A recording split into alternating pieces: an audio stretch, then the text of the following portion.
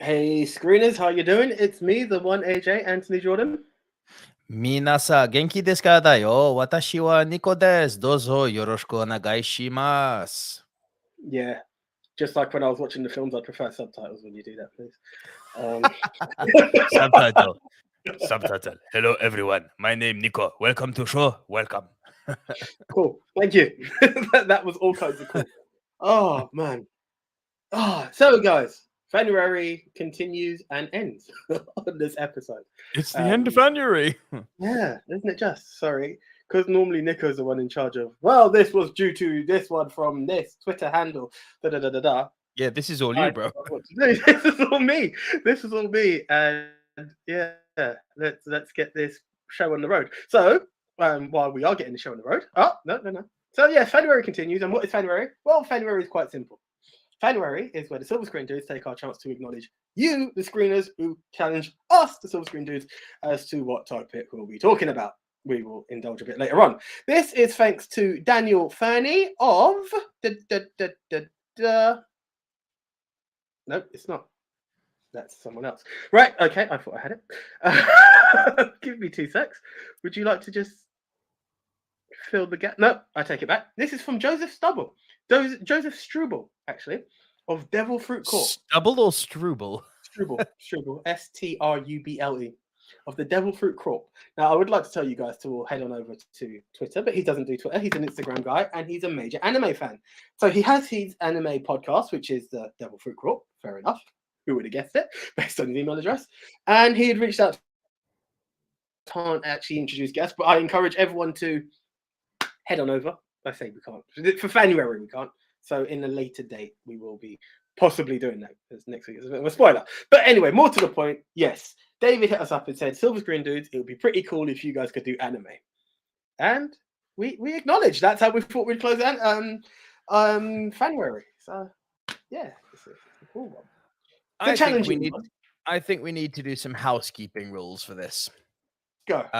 Because a lot of people have said, I think it was Pedro SRN last week, who said, "Oh, Pinocchio." I'm like, no. I wish it were that easy.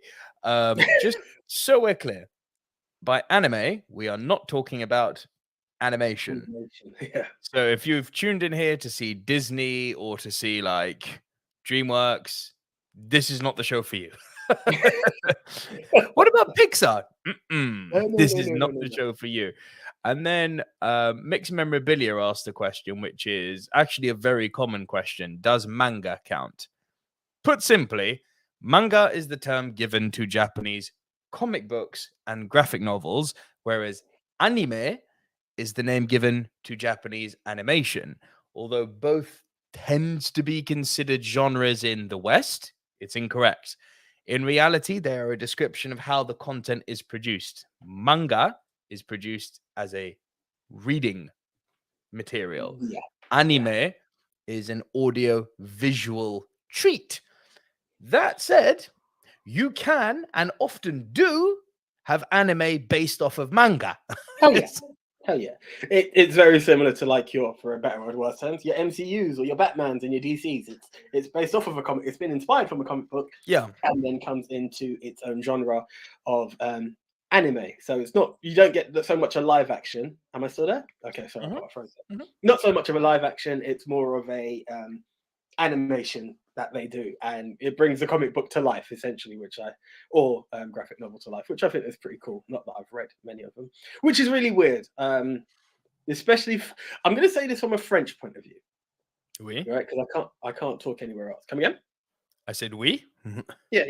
It's that, as much as I can't say I'm familiar with it, and I didn't read many, Dragon Ball was absolutely huge as a graphic novel / comic for French readers, for French kids. So by the time everyone was like, coming in, yeah, a manga. There you go, a manga. Now, where everyone was like, "Oh my god, have you seen this cartoon?" The weirdest thing for me, the absolute weirdest thing for me, was when everyone was calling him Goku. Because as much as I hadn't read it, it was Son Goku, and it was just so weird. That's what, like, I was like, yeah, you mean Son Goku? Like, it was weird getting into that with people, and I was like, I know about it, but I hadn't even read them, but I knew who he was, and that's how big it is. But it just didn't seem to transcend. And I could be wrong, you know, comic book geeks that we are, or that I am. I don't know how much it transcended to UK fans. Everyone knew Dragon Ball from a cartoon perspective. Oh, bro, Cartoon Network was fucking huge, wasn't it? But for It the was, manga, but I for the mean, manga, I don't know. Literally, what was it? We used to have to go to Librairie La Page to get our Dragon Ball Z books, right? Yeah, I know, right? Not endorsing them at all. No. Here's a piece of paper. How much is it? £5. What now? Exactly. I'll do you a deal of 20 for a pack of little fruit. cartel monopoly over there in Yeah. South Kensington. Yeah. Who's in the house? Francis Lalonde. Hello, Ibrahim. Thank you for joining us again, bro. Welcome back. Hello. Gavin Mann is here too. Good evening, all. Looking forward to being educated. I only have 4 films to talk about tonight. On a slightly different note, are you still entertaining films with numbers in the title? Oh yes. No, It's yeah. coming. It's coming. Let's go. It's coming. Nate's here. Hey, Nate, did you watch Daddy Goo video? Because that's about 6.5 minutes. So I think you've got the timing right there. What did you think? And hello, Nate Dermott. Welcome to the show, bro. Yes, I suppose I should plug this now, shouldn't I, AJ? If you like seeing this dude minus this guy, which doesn't really work, like we work better as a double, as a as a duo. But if you do like this guy and you want to see this guy, Daddy Goo, not Nicolero, Daddy Goo gaming, it's on YouTube. Just search for Daddy Goo, G-U-U. The first one I'm sure you know how to spell. Well, just in case, DADDY-GUU. There you go, guys. But no, head on over. It's a great page. Got some great content. And if you are ever wondering if it's worth like playing a game, like this guy's the guy who's going to give you, especially Star Wars right now, it's going to give you a nice little insight into what it is. And let's be honest, this guy is a platinum whore. So if you want to see a guy get a platinum, complete platinum whore. Own it, bro. Own it. If you're going to buy a game, own it. That was actually what I wanted to call the channel to start with, and YouTube said you can't use that word in your name. I was like, I'm not even lying. I tried registering the channel, Platinum Whore. 100%. Yeah, but I love how they say that. But some of the dumb shit names that come up on here every now and again that we have to block. Oh, that's all legal. Yeah, right. Pound me daddy 69, but whore's offensive. Yeah. But hey, we're living in the age of fempowerment, so it is what it is. I have to fucking say I love that piece Bill Burr did a few days ago. I'm not gonna go into it. I'm not gonna go into it. It's there, just YouTube Bill Burr talking about female athletes. It's and Nate Dermott says, "Ha, yeah, the Star Wars was pretty good. Thank you, sir." Movie Mount Quimmore. Quim? Maybe Queef? I don't know. Queefmore. Do you know what? I thought of before we go into that territory, finishing off last week's show? Lord of the Rings should have been there. For what? Lord of the Queefs was just a perfect one that we forgot. Lord of the Queefs. But Queef of the Rings. Right, before we degenerate, quickly going back to your video game, let's stay on target. Let's start this show. So, for those of us joining for the first time, would you like to tell them what the show's all about? Yes, it's basically a top 10 show between 2 best friends from school. Here's how the show works. AJ and I each get assigned a topic. We go our separate ways and we come right back here into recording and deliver to you, the Silver Screen Dudes, our film familia, our individual top 10s. This week, AJ will go first, delivering his bottom 3. I will then deliver my bottom 3. AJ will deliver his next 2. I will deliver my next 2. And when we get to our top 5, we will trade one apiece. Looks like you're giving me this at the moment, AJ, because the screen. It was not that. It was 2, then one apiece. It's happened again. It's happened again. 2. There you go. 2. If at any time while we are rounding off our individual top 10 lists, one person has a movie in a higher position, that person will say punt. And we will punt and talk about that movie when we get to the higher position. Once we have both rounded off our individual top 10 lists, in the voice of Chandler Bing, we will create the movie Mount Rushmore.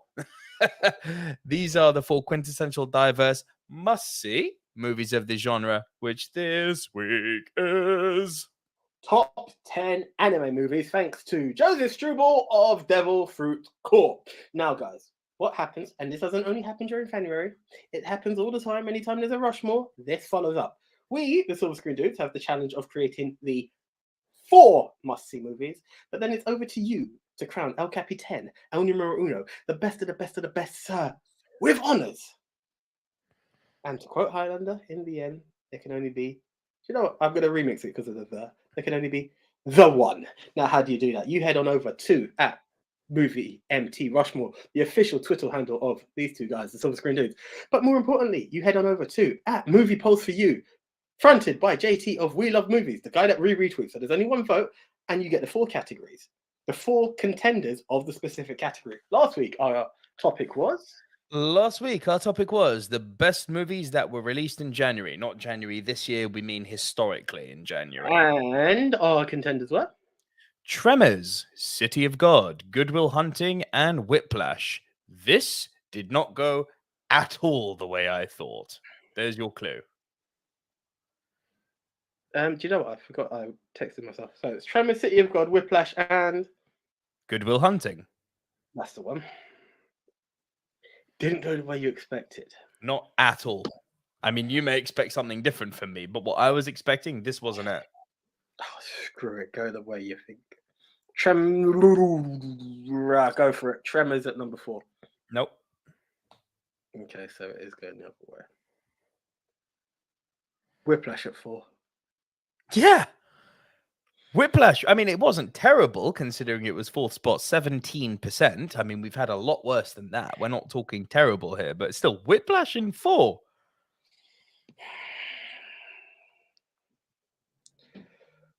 Good Will Hunting at number 3. No. City of God. Yeah. City of God at number 3 with 19%. I'm only doing this in a weird way that I think Tremors is number 1 and Good Will Hunting takes number 2. No, other way around. Okay. Tremors got number 2, but it was big, like 27%. Like, Tremors beat City of God and Whiplash? I was like, what the fuck? I mean, I'm happy. I haven't seen it. I can't overly judge. You know what it was? 7 Samurai. The more you've indulged people to go that way, it was like, oh yeah, no. People. This is westernized Kurosawa. Of course, it has to be amazing. Of course, like had you not released the short, it would have just been dead false. The short, everyone's like, I like this guy. Good point. But it's true. It's completely true. Like, you know, sometimes when you have an out of body experience and you say something, but without realizing you've said something quite profound, you're like, oh, that was good when I said that. That's literally it. Fair enough. It was fucking weirdness, mate. Anyway, that's that done. Reminder to everyone, we are available on all podcast platforms, which include Spotify, iTunes, Apple Podcasts, Castbox, Google Podcasts, Spreaker, iHeartRadio, Podchaser, TuneIn, Stitcher, and Podcast Addict. Just search Movie Mount Rushmore. And if you want to support us for literally less than the price of your daily Starbucks, you can head on over to buymeacoffee.com/movie dudes. The links to all of that for our podcast and Buy Me a Coffee is in the description below. You were going to say something. Yeah, do you know what's weird? As much as I always have to read what the podcast platforms are, there was some muscle memory in there. Like these are really weird. Like, certain companies Geo7. I was like, shut up, no, it's not there. Like, no, yeah, okay. Right. Let's not waste any time. Let's kick off. Let's waste a little bit of time just quickly, just because Chris Trengove has joined us. Hello, Chris. Howdy, team. Hello there. Good to see you, Chris. How you doing? And Riri Thomas is in the house. Evening, guys. Hope you're good. Looking forward to learning about anime films tonight, as I've mainly watched anime TV series. By the way, I would recommend an anime called Banana Fish. It's great. I will add that to my list, Riri. Thank you. Okay, and cool. Now, AJ, Ali? Right, so this is going to be, this is a tough one. This is a tough one because it took a lot for me to go for it. Some didn't even bang as much as I thought they would, but this is one I'd seen previously. Can't remember what the episode was for. Didn't hit with me, and I need to say rewatch it. But at the moment, it's in at number 10, Ghost in the Shell. Well, AJ, it's not that much of a difference. It's my number 9, so we can talk. Ali.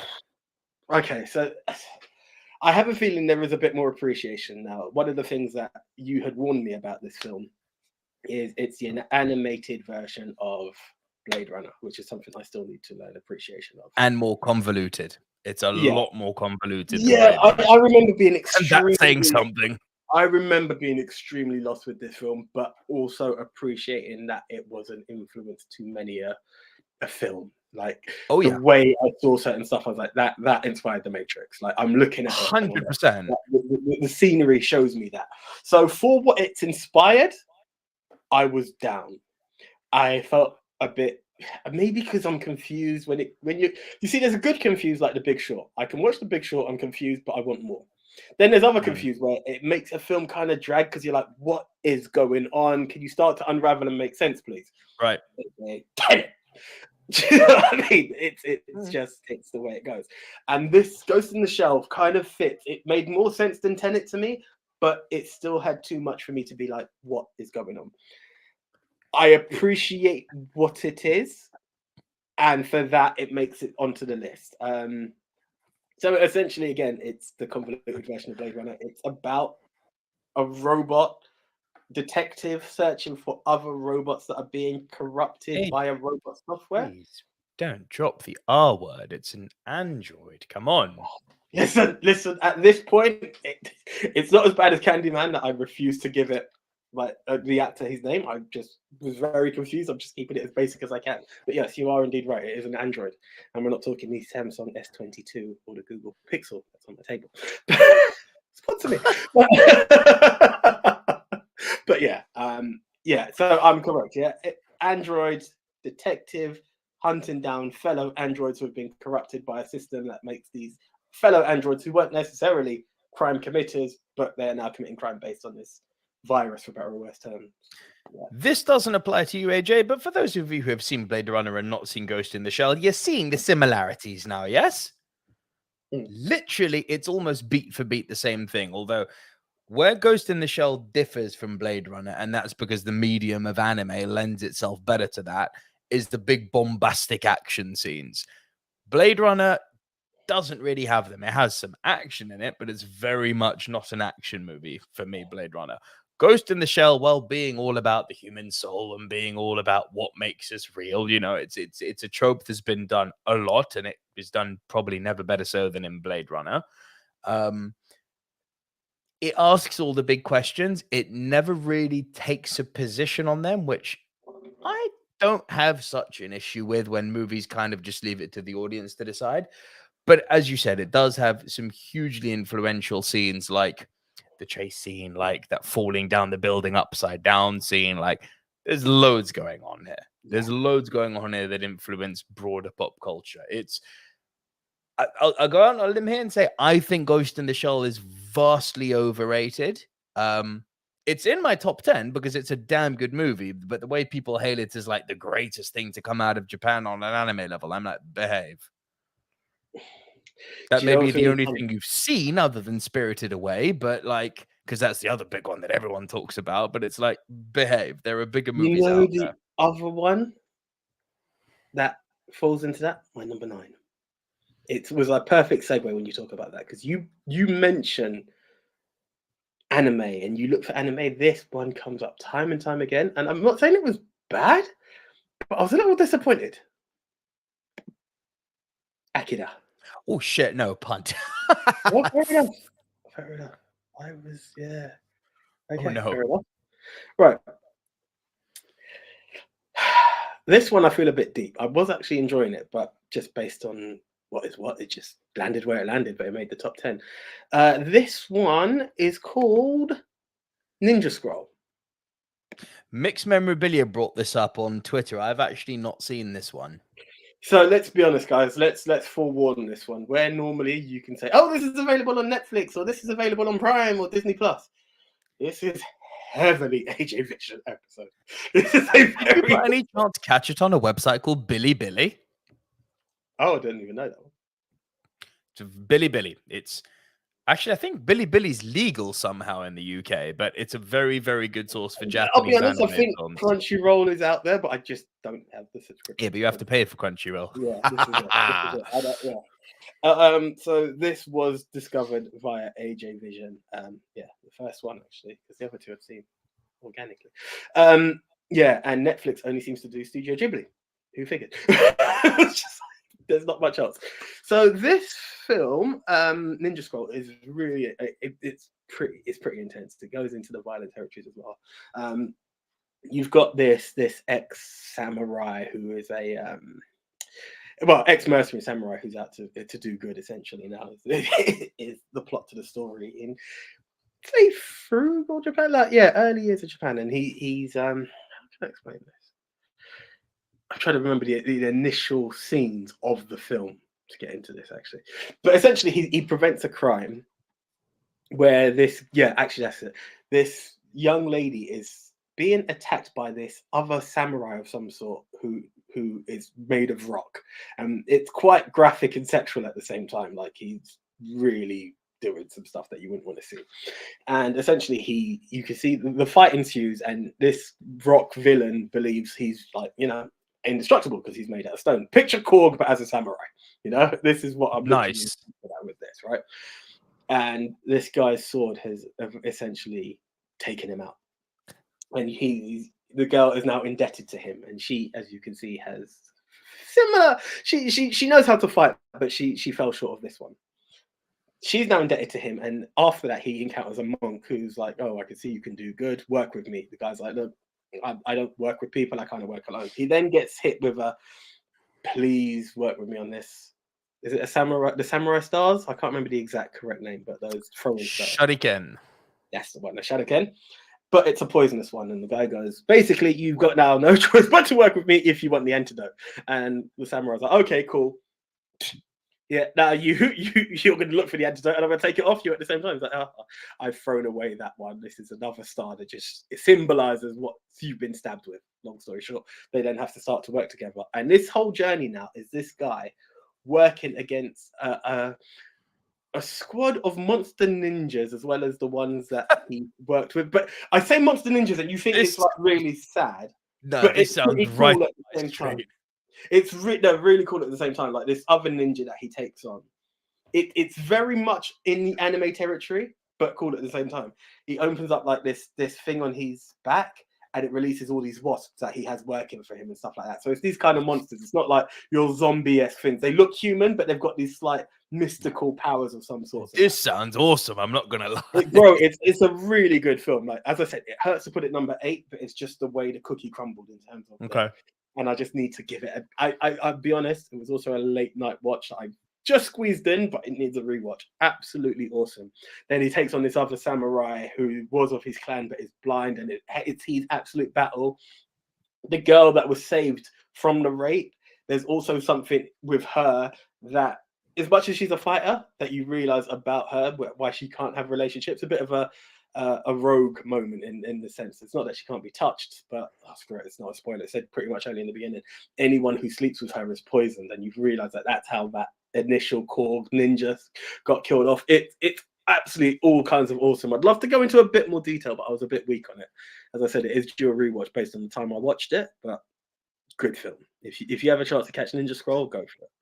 Hey, bro, I'm Korg. I'm a samurai, and this is my big katana that I'm gonna shove up your ass. That sounds freaking awesome. I can't lie. That sounds really cool. Gavin, to answer your question, will Spirited Away get into the Rushmore, considering JT's stance on the film? You've put me between a rock and a hard place here, because while JT does host our top 10s and our Rushmores, Mr. Trengove is a big fan of Spirited Away, so we must tread lightly. Waiting for AJ's first mention of tentacles. AJ, would you like to clarify that one? What have you and Francis been up to? No. I've not been in communication with anyone. I'm just trying to think if there was tentacles in that film. I don't recall. What are tentacles? I don't. Chris Trengove says JT's dislike of Spirited Away is unfortunate. Mixed memorabilia is in the house. Hola, amigo. Not that clued up about this genre, so looking forward to finding out about some gems. Do you know what? As am I. Yes. Yeah. Yes. Listen, guys, the entire Studio Ghibli collection, and yes, it's Ghibli, not fucking Ghibli. It's all on Netflix. So even movies that we don't mention, there's a plethora of Ghibli on Netflix. Netflix UK. Can't speak for the others. Netflix UK, like, watch that shit. Like, it's all good. It's all really, really good. Can I be honest? Cool. There was a point Yes. though, because I didn't want it to be entirely Ghibli based. Like it wasn't top 10 Ghibli. Correct. I remember opening one Netflix. I was like, "Oh, it's Ghibli again." I just cut it off. I was like, "I'm not doing it." Yeah. I've gone as light as I could on Ghibli. It's very hard to talk about anime and not talk about 100%. Ghibli, but you know, it's kind of like, hey, I'm gonna talk about the first 10 years of the MCU, but not talk about Iron Man. It's like it's not so easy. I'm gonna talk animation and not talk Disney. Like, yeah. Is that not so easy? Yeah, as proven by one of our previous episodes. Yeah. So that was your bottom 3, yeah? Indeed. Cool. Any comments that I need to address here? Does Street Fighter 2, the animated movie, qualify? If it was made in Japan, then fuck yeah. Yes, it would do. Not on my list. I'm not gonna lie. I believe I've seen it. I just don't recall enough, and I tried to stay away from the bait ones. If I'm also honest. Yeah. Chris Trengove says in the US, all of Ghibli is on HBO Max. You lucky boys to have HBO Max. I wish we had that shit here. Oh, yeah. Then again, pretty much all of HBO productions end up on Sky here, so it's all good. Yeah, Now TV. You got that? Yeah, all Now TV, right? Cool. So let's go with my bottom 3 then. So I'm gonna get the big, obvious, famous hitters kind of out the way quickly, but they are still worth a mention. In at number 10, there's like 30-something movies in this franchise. And there's over 1,000 episodes of the TV show. I believe it's now officially the longest running anime show of all time. And it's still not finished. It's been going on since 1997 and it's still not finished. But yeah, I'm going to bring in One Piece. Film Z. Oh, Netflix are bringing out something with One Piece, aren't they? I would hope so. I legit saw a poster today with Netflix and One Piece. One Piece is cool. The problem with One Piece, it's long. It's really, really long. If you're fans of Dragon Ball Z, if you're fans of Dragon Ball Z, you will get a kick out of One Piece because all of the same voice actors are in it. Like you'll recognize that Vegeta's voice. Like the person who voices Gohan is Monkey D. Luffy, the main character in One Piece. You'll hear Krillin's voice, or Kulilin, as he's called in Japanese. Sorry to my Japanese friends. I know he's called Krillin here. They always kind of go, Naniga. You know, Takuya, my friend from Japan, who I play Call of Duty with for my sins every weekend. I fucking hate that game. I really fucking hate that game, but I do it to keep in touch with him. Sometimes I ask him like how to say something properly, and then he's like, "English, namae nan desu ka?" Like, what? How do you say it in English? And I say it like the one which nearly made him jump out of his chair when we were both working together was Liu, you know, or Ryu, as people call him here. Liu, yeah, the R and the L can sometimes be pronounced in a certain way based on which language you're using. Ryu does got the what, right? But I know bare people who call Ryu, and he was like, I'm not gonna lie, it's Ken and Ryu to me. I was like, that's no. I used to call it Ken and Ryu. He schooled me. I didn't fucking know better, and then I went and lived in Japan for a while. You know what I mean? Like I had no fucking clue. I was like, Ryu, it's a great sounding name. He's like, this sounds like a bakayaro. Bakayaro, by the way, is shit-eating idiot. He's like, do you know what a Liu means? I'm like, no. It means dragon. You are making him sound like idiot. I'm like, okay, Takuya. I'm really sorry, man. Ryu. No, Liu. We're putting it short, say brother. Ryu. But One Piece is really cool. But the reason it's at number 10 is that it has a huge reliance on you being up to scratch with these characters. Like, I haven't seen One Piece for quite a while, and I jumped into this. I think I only saw the first 3 seasons of One Piece, and that's still a lot of episodes. So I had some familiarity with the characters. But they jumped in here, and I was like, whoa. This is a big fucking change to the One Piece eyeing you. And that's because, obviously, over the course of the last freaking nearly 30 years, the characters have all changed and leveled up. And this movie's so this is a fresh movie. Fresher? I mean, like at this point, I don't know what you would call fresh with One Piece unless it's the most recent season, just because there's so much of it. But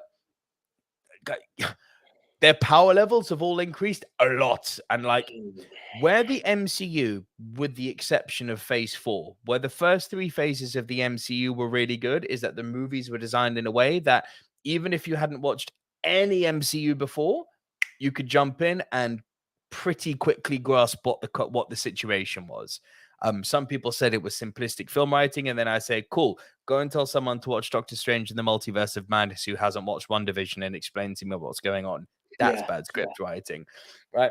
And it suffers kind of the same sort of problem. It's like, if you're not familiar with One Piece, do not go near this movie. Like you will not have a clue what's going on. There's zero exposition. There is zero explanation to anything. Like, this is a weird fucking franchise, bro. This is a franchise where the lead character has aspirations of being Pirate King. That's the world we live in. He's got superpowers, which basically he's basically Mr. Fantastic. He's got these long, stretchy, rubbery arms. And the reason he's got them is because I ate the gum fruit. That was the explanation way back in episode 1. This is a long time ago. There's some awesome characters in it, like notably one called Lolo no Azoro. Such a cool character. He doesn't have one katana. He doesn't have 2 katanas. He has 3. He carries the 3rd one in his mouth. Like, this series is nuts, bro.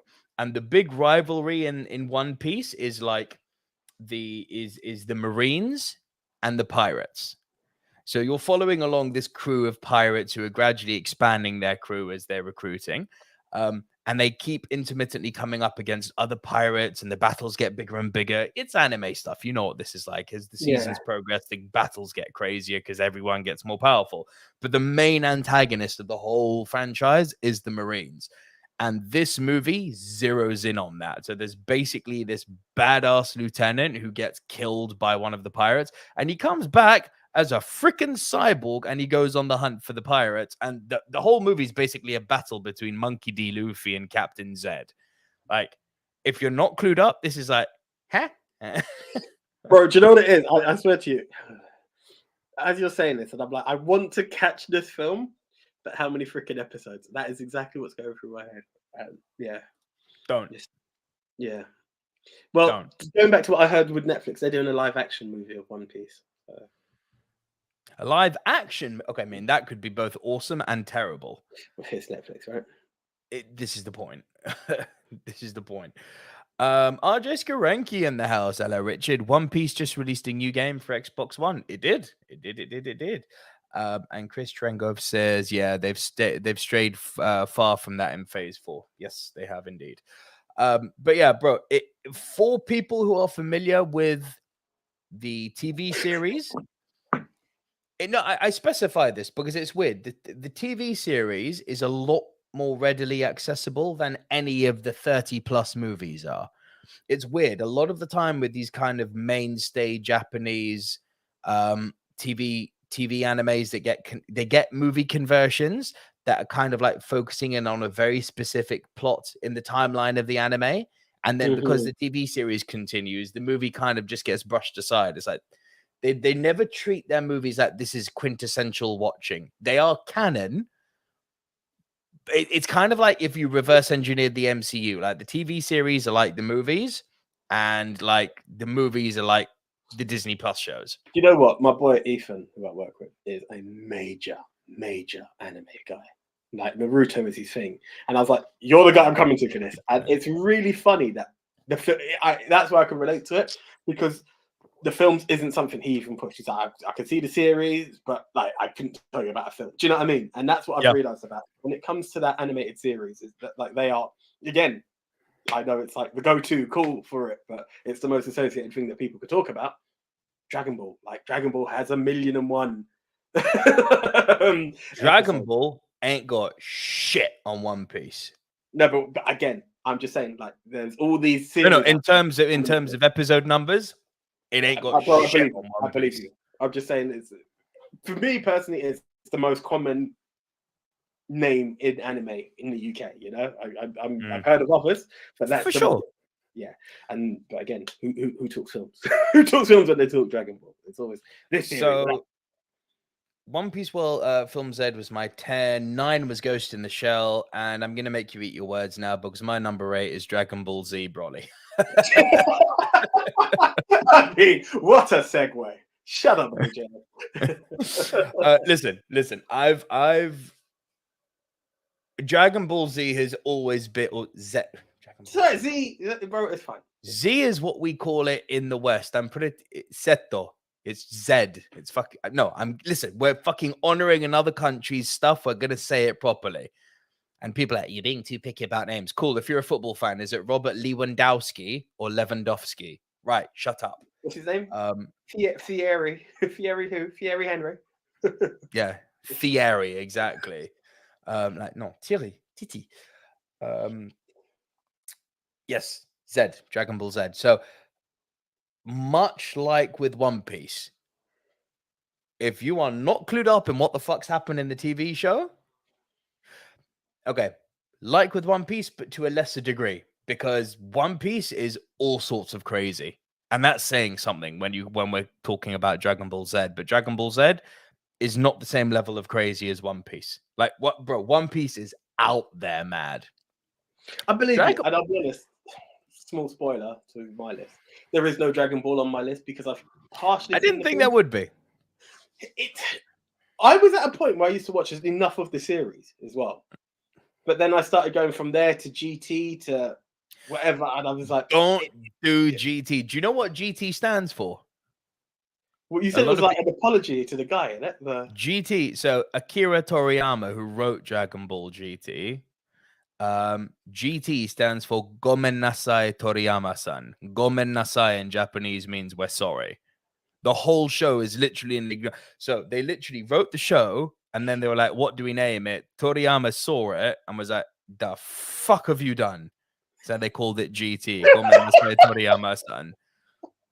The whole show is literally an apology to is this the one where Gohan takes over as the main character? I can't even remember. No, so Gohan takes over as the main character during the Cell Saga. That's Dragon Ball Z, and that's actually one of my favorite sagas. Despite Goku, he sort of takes over. Goku gets smoked in that season essentially, and Gohan is the one who turns out to be the true hero, which I liked. They kind of shifted the lens from it's always been Goku who saves the day. It's like, cool, let's give his son the limelight. I loved it. Cell Saga is my favorite. A lot of people pull for the Frieza Saga. Cell Saga is the one for me. But look, this takes place technically it takes place in a post GT world, but the story threads are linked to Z. Right. Just to be really confusing. Goku and Vegeta are at an insane power level now. Like, yeah, I've never seen power levels like that. No, you have not. Not like this. Like they've you've got the different levels of Super Saiyan, right? Like, do you know this or do you not know this? I know there are levels. I know there are levels. So yeah. Basically, let me see if I've played enough of the games to know that you level up on your Super Saiyan. Like, let me see if I can get this without pissing off a load of Dragon Ball Z fans who are more hardcore than me. Apologies if I get this wrong. You start off as a Saiyan, which have got natural power and they're crazy badass motherfuckers. Then you go Super Saiyan. Then it's Super Saiyan 2 where your muscles get bigger and that makes you slower, I think. Then it's Super Saiyan 3 where your hair gets really, really long. Then it's Super Saiyan 4 where your hair's not even blonde anymore and you revert back to being a monkey. I can't remember what happens after that, but a few levels up from that, you get to where they are now, and that's Super Saiyan God. Just for bro, their hair goes blue. It's like, this is fucking awesome. And what they're fighting, the whole movie, and that's why I put it at 8, where One Piece ended up at 10. The whole movie is just a fight. It's like, let's see what happens when we put some money behind the mental, like, mountain-shattering explosions that you usually get in a Dragon Ball Z fight. So there's another Saiyan dude who comes along, a guy called Broly, who's actually related to Vegeta and Gohan, but he's fucking feral. And he's like, they go Super Saiyan 1, 2, 3, 4, and he literally doesn't blink. They go Super Saiyan God on him, and he's like, okay, let's fight now. It's like, oh, so he's actually the strongest of all you Saiyan fuckers. And I'm not going to spoil what happens, but bro, the fight. The fucking fight is so fun. It's such a barrel of laughs. But the whole movie is literally just a fight. That's it. There's nothing more to it. It is just an anime fight. That's it. Interesting. Terry Henry. Thanks, Gavin. Good man, Nate. Many of us DB fans pretend GT doesn't exist. My guy knows. My guy knows. So just out of interest, Go on quickly. Is that unlimited power that they have at that point, or is it... Don't test me now. Mixed Memorabilia. Mixed Memorabilia says, just checked online. Street Fighter 2 is directed by Gisaburo Sugi, who is an anime director. Then it qualifies, dude. Yeah. Sure. RJ Skarenki says, Dragon Ball Kai is pure trash. It's all edited stuff from the original Dragon Ball. Correct.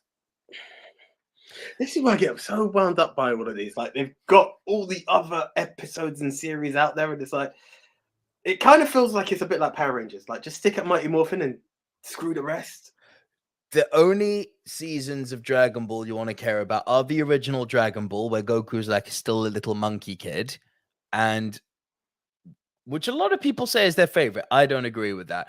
Dragon Ball Z is the one for me, just because the expansive sagas in that are fucking incredible. So that's what I'm familiar with, Dragon Ball and Dragon Ball Z. Okay, that's what I... Okay. Those two are good, but Z especially is my jam. Like, you have the first one, which is the... Look, it breaks down like this. Saiyan Saga, Vegeta comes to Earth, Goku twats him. Frieza Saga, Frieza comes to Earth, Goku twats him. Cell Saga, Cell gets born out of a load of androids, fucks Goku up, Gohan twats him. Gohan becomes a nerd, Goku gets brought back to life, they have this big fight in like the God domain, and then we get to the last part, which is the Majin Buu Saga, Goku twats him. Fair enough. It's pretty much as simple as that. Spoiler, Goku's good. He's quite good at what he does. Right. That's the geeky side of the anime dealt with. No more geeky stuff now. We can talk about the artisty side of it. But you can't talk about anime and not talk about the two big hitters of One Piece and Dragon Ball Z. No, I agree. Your number 7, please, sir. Studio Ghibli, welcome. Here we go. Spirited Away. Ooh, no, sir. Punt. Okay, cool. And in at number 6, Studio Ghibli, welcome. Yeah. The Red Turtle. It's funny you mentioned that, AJ. It's also my number 6. Nice. I nearly went for that image, actually. Not much different from mine. But it's such a fucking wonderful film, isn't it? Yeah, it is actually really sweet. I remember I think this is the first time I heard of Ghibli. Can't remember what the episode was, but we brought it up. Right? We've never done silent movies, have we? I don't believe we did. I wondered. I even wondered when I was watching this again.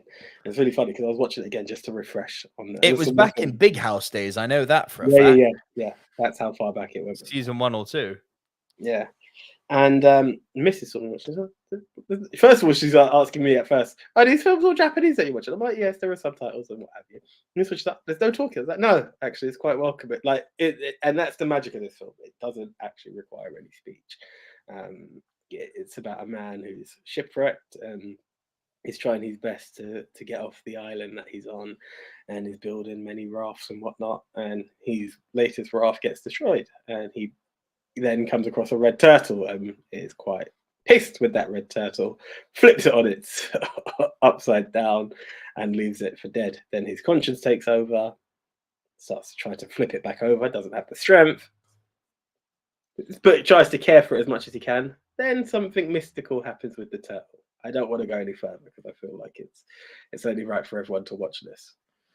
Like with all really, really good, slow, meditative films, this movie, without saying anything, has so much to say. It's like rewards for kindness. It's like being able to deal with isolation. It's like the needing to let your kids go as they get older and realizing that you don't own them, that they're own individuals. Being content with the bare minimum. This movie has so fucking much good to say in it. I love how it's paced. I mean, it's a Ghibli film, so the animation is beautiful as a given. I don't need to brag on about that. Do you know what? You say that though, but you can also see the French influence in it as well. The French animation influence. Belgium. Belgium? I thought it was French. Belgium. Take it back. But yeah. Same. When it suits me. They're French fries, right? I mean, they're from Belgium, but yeah, sure, French fries. Yeah. Bro, I adore this movie. It's Gavin Mann says the Red Turtle is damn. Sorry, Chris Trengrove says the Red Turtle is damn brilliant, and Gavin Mann says the Red Turtle is one of the 4 films I can talk about. I like the animation, but wasn't fully taken in by the narrative. It is widely loved by many, though. Do you know what? Adored it. Go on. Second viewing, I appreciated it a lot more, and I have to be honest with that. Interesting. I can understand that there are parts of it, without getting into spoiler, as the mystic takes in of it. The first time I was like, yeah, it's nice, but huh? Like sometimes I need an explanation to it. This time I just accepted it for what it was. Yeah. And I just accepted it for what it was. And yeah, if it wasn't for the kid, there were parts of me that would say hallucination, put it that way. But even then, who cares? But it has a nice story of, you know, what you believe is important versus what becomes important to you, how your ethics change over time. You know, that raft doesn't become so important later on in the film. You know, it's those parts that make me go, okay, I like that. Like your view on stuff can change. Funny enough, that's my reasoning behind the film becoming number 6. Like it may have been number 10 prior, but my views in life have changed, and I'm like, I get this. I get it a bit more. You know, and yeah, it's sweet. That's the thing. It was sweet. Yeah, do you know that's kind of the thing I like with these? Don't get me wrong, certain animes do have the ultra villain. Ghibli has a way of not giving me that villain all the time. You just have a film with life, essentially. Don't get me wrong, I've said spirit in one. But I mean, Ghibli was all kind of designed around Hayao Miyazaki's directorship, and his big thing, his big philosophy is that the enemy is the enemy within, the enemy is yourself. Yeah, like that's all of Ghibli is kind of has an element of that. It's how you deal with your own personal demons, how you deal with the evil. So this is a kind of a Shinto belief, is that we are all born inherently good, but we're all born with a little bit of evil in us, which I actually kind of like, because it's not so black and white as we are born all good and we become bad. It's like, now, while that's true, I like this idea that there's a bit of darkness in all of us from the get-go, and it just has to be harnessed incorrectly, or correctly if you want to achieve it. Yeah. So that's Miyazaki's big theme. It's that, how do we cope with this inherent evil within us? How does it manifest, and how do we control it? How do we manage it? Which is why you don't see a lot of obvious villains in Ghibli, especially Ghibli directed by Hayao Miyazaki. Like, you could argue that in Red Turtle, for instance, the evil is this poor guy who's been shipwrecked, because let's be real, he butchers a turtle. Yeah. Like, yeah. No two ways about it, bro. No, I did not, to answer your question, Okay, AJ. cool. So that was your 7 and 6, yes? Yes, that's correct. You beat me to it with your private message just now. Just before we get into my 7 and 6, here is a quick word from our first sponsor. In a non-stop world where you've just got information galore and entertainment galore coming at you left, right, and center, in one ear and out the other, in your eyes and into your brain, we here at the Movie Mount Rushmore would like to talk to all of our film fans about Musely, a new all-in-one audio super app for iOS and Android. It picks up the top trending articles on the web on topics you choose at any given moment and reads them to you in a natural human voice, so you don't have to worry about hearing something like this. The entire web becomes listenable for the first time, all in one place.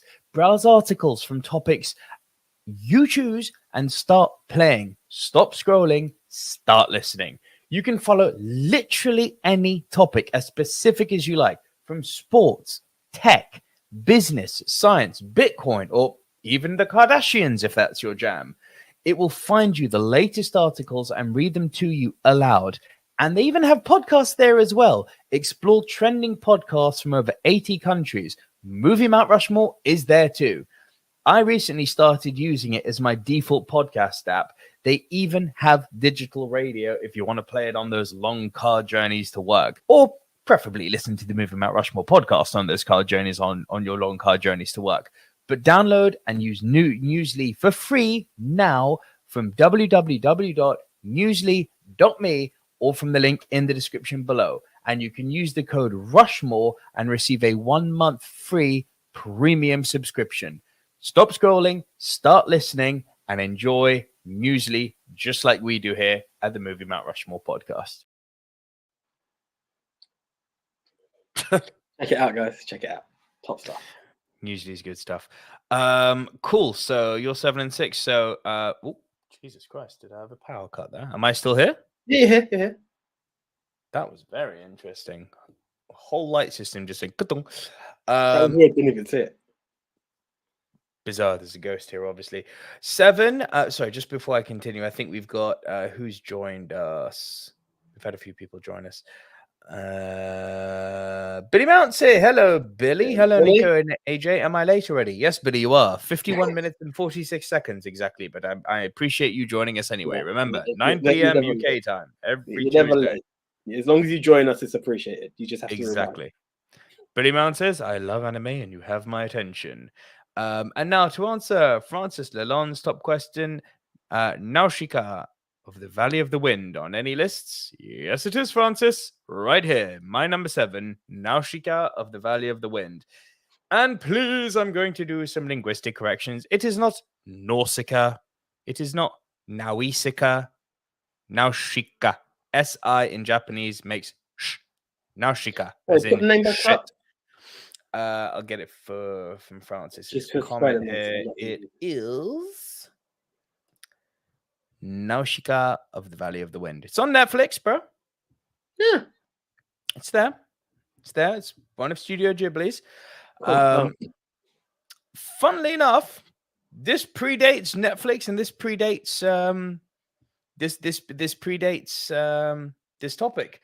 I saw Nausicaa years ago when I was still dating Tomo, who you met back in the day. Tomo, bless her, introduced me. So I dated a Japanese girl for a while. Tomo, bless her, introduced me to a lot of really, really cool anime movies. So that this list luckily wasn't too much of a drag for me in terms of getting that. Proper lucky, bro. Like, but I did try and look at others that I hadn't seen before. And to be honest, even upon viewing, I was like, you know what? No, there's a few which are kind of written in stone for me. The Punt from earlier, Nausicaa, and there's another one which is coming up in a bit. Nausicaa of the Valley of the Wind is fucking fascinating. We are in a world where, and again, you've got to remember Japan being subjected to the nuclear holocaust. A lot of Japanese cinema is revolving around the Hiroshima and Nagasaki bombings, right? As I'm sure we're going to come to. But we are in a post-apocalyptic world. Now, what's interesting is when I say post-apocalyptic, let me bring up this image for you again, AJ. I'm not talking about Mad Max deserts and, well, I mean, it's not positive, but we're not talking about, you know, devastated trash lands in the sense that it's all just gone arid and dead after the nuclear explosions. No. It's all just kind of become poisonous, apparently. So what happens is you've got this tiny little village town in an area called the Valley of the Wind. We live in a world, as I said, in a post-nuclear world where everything's poisonous. The plants are poisonous. There's these giant fucking bugs called oms or omu, of which you see one here, AJ, on the left with the big claws. That's a big-ass bug. It's definitely got some connotations of Frank Herbert's Dune, not the movie, the book. Definitely inspired by that in some aspects. But Nausicaa, who is the princess of the Valley of the Wind, she's kind of caught between two. She's caught between a rock and a hard place because surrounded by them is this what they call the Sea of Decay, which is this poisonous forest with the giant bugs, and it's kind of like no-go area. Yeah. They're protected because they're in this valley with wind, so it keeps all of the poisonous spores out of the valley. So they happen to be in like this little pocket where they're safe.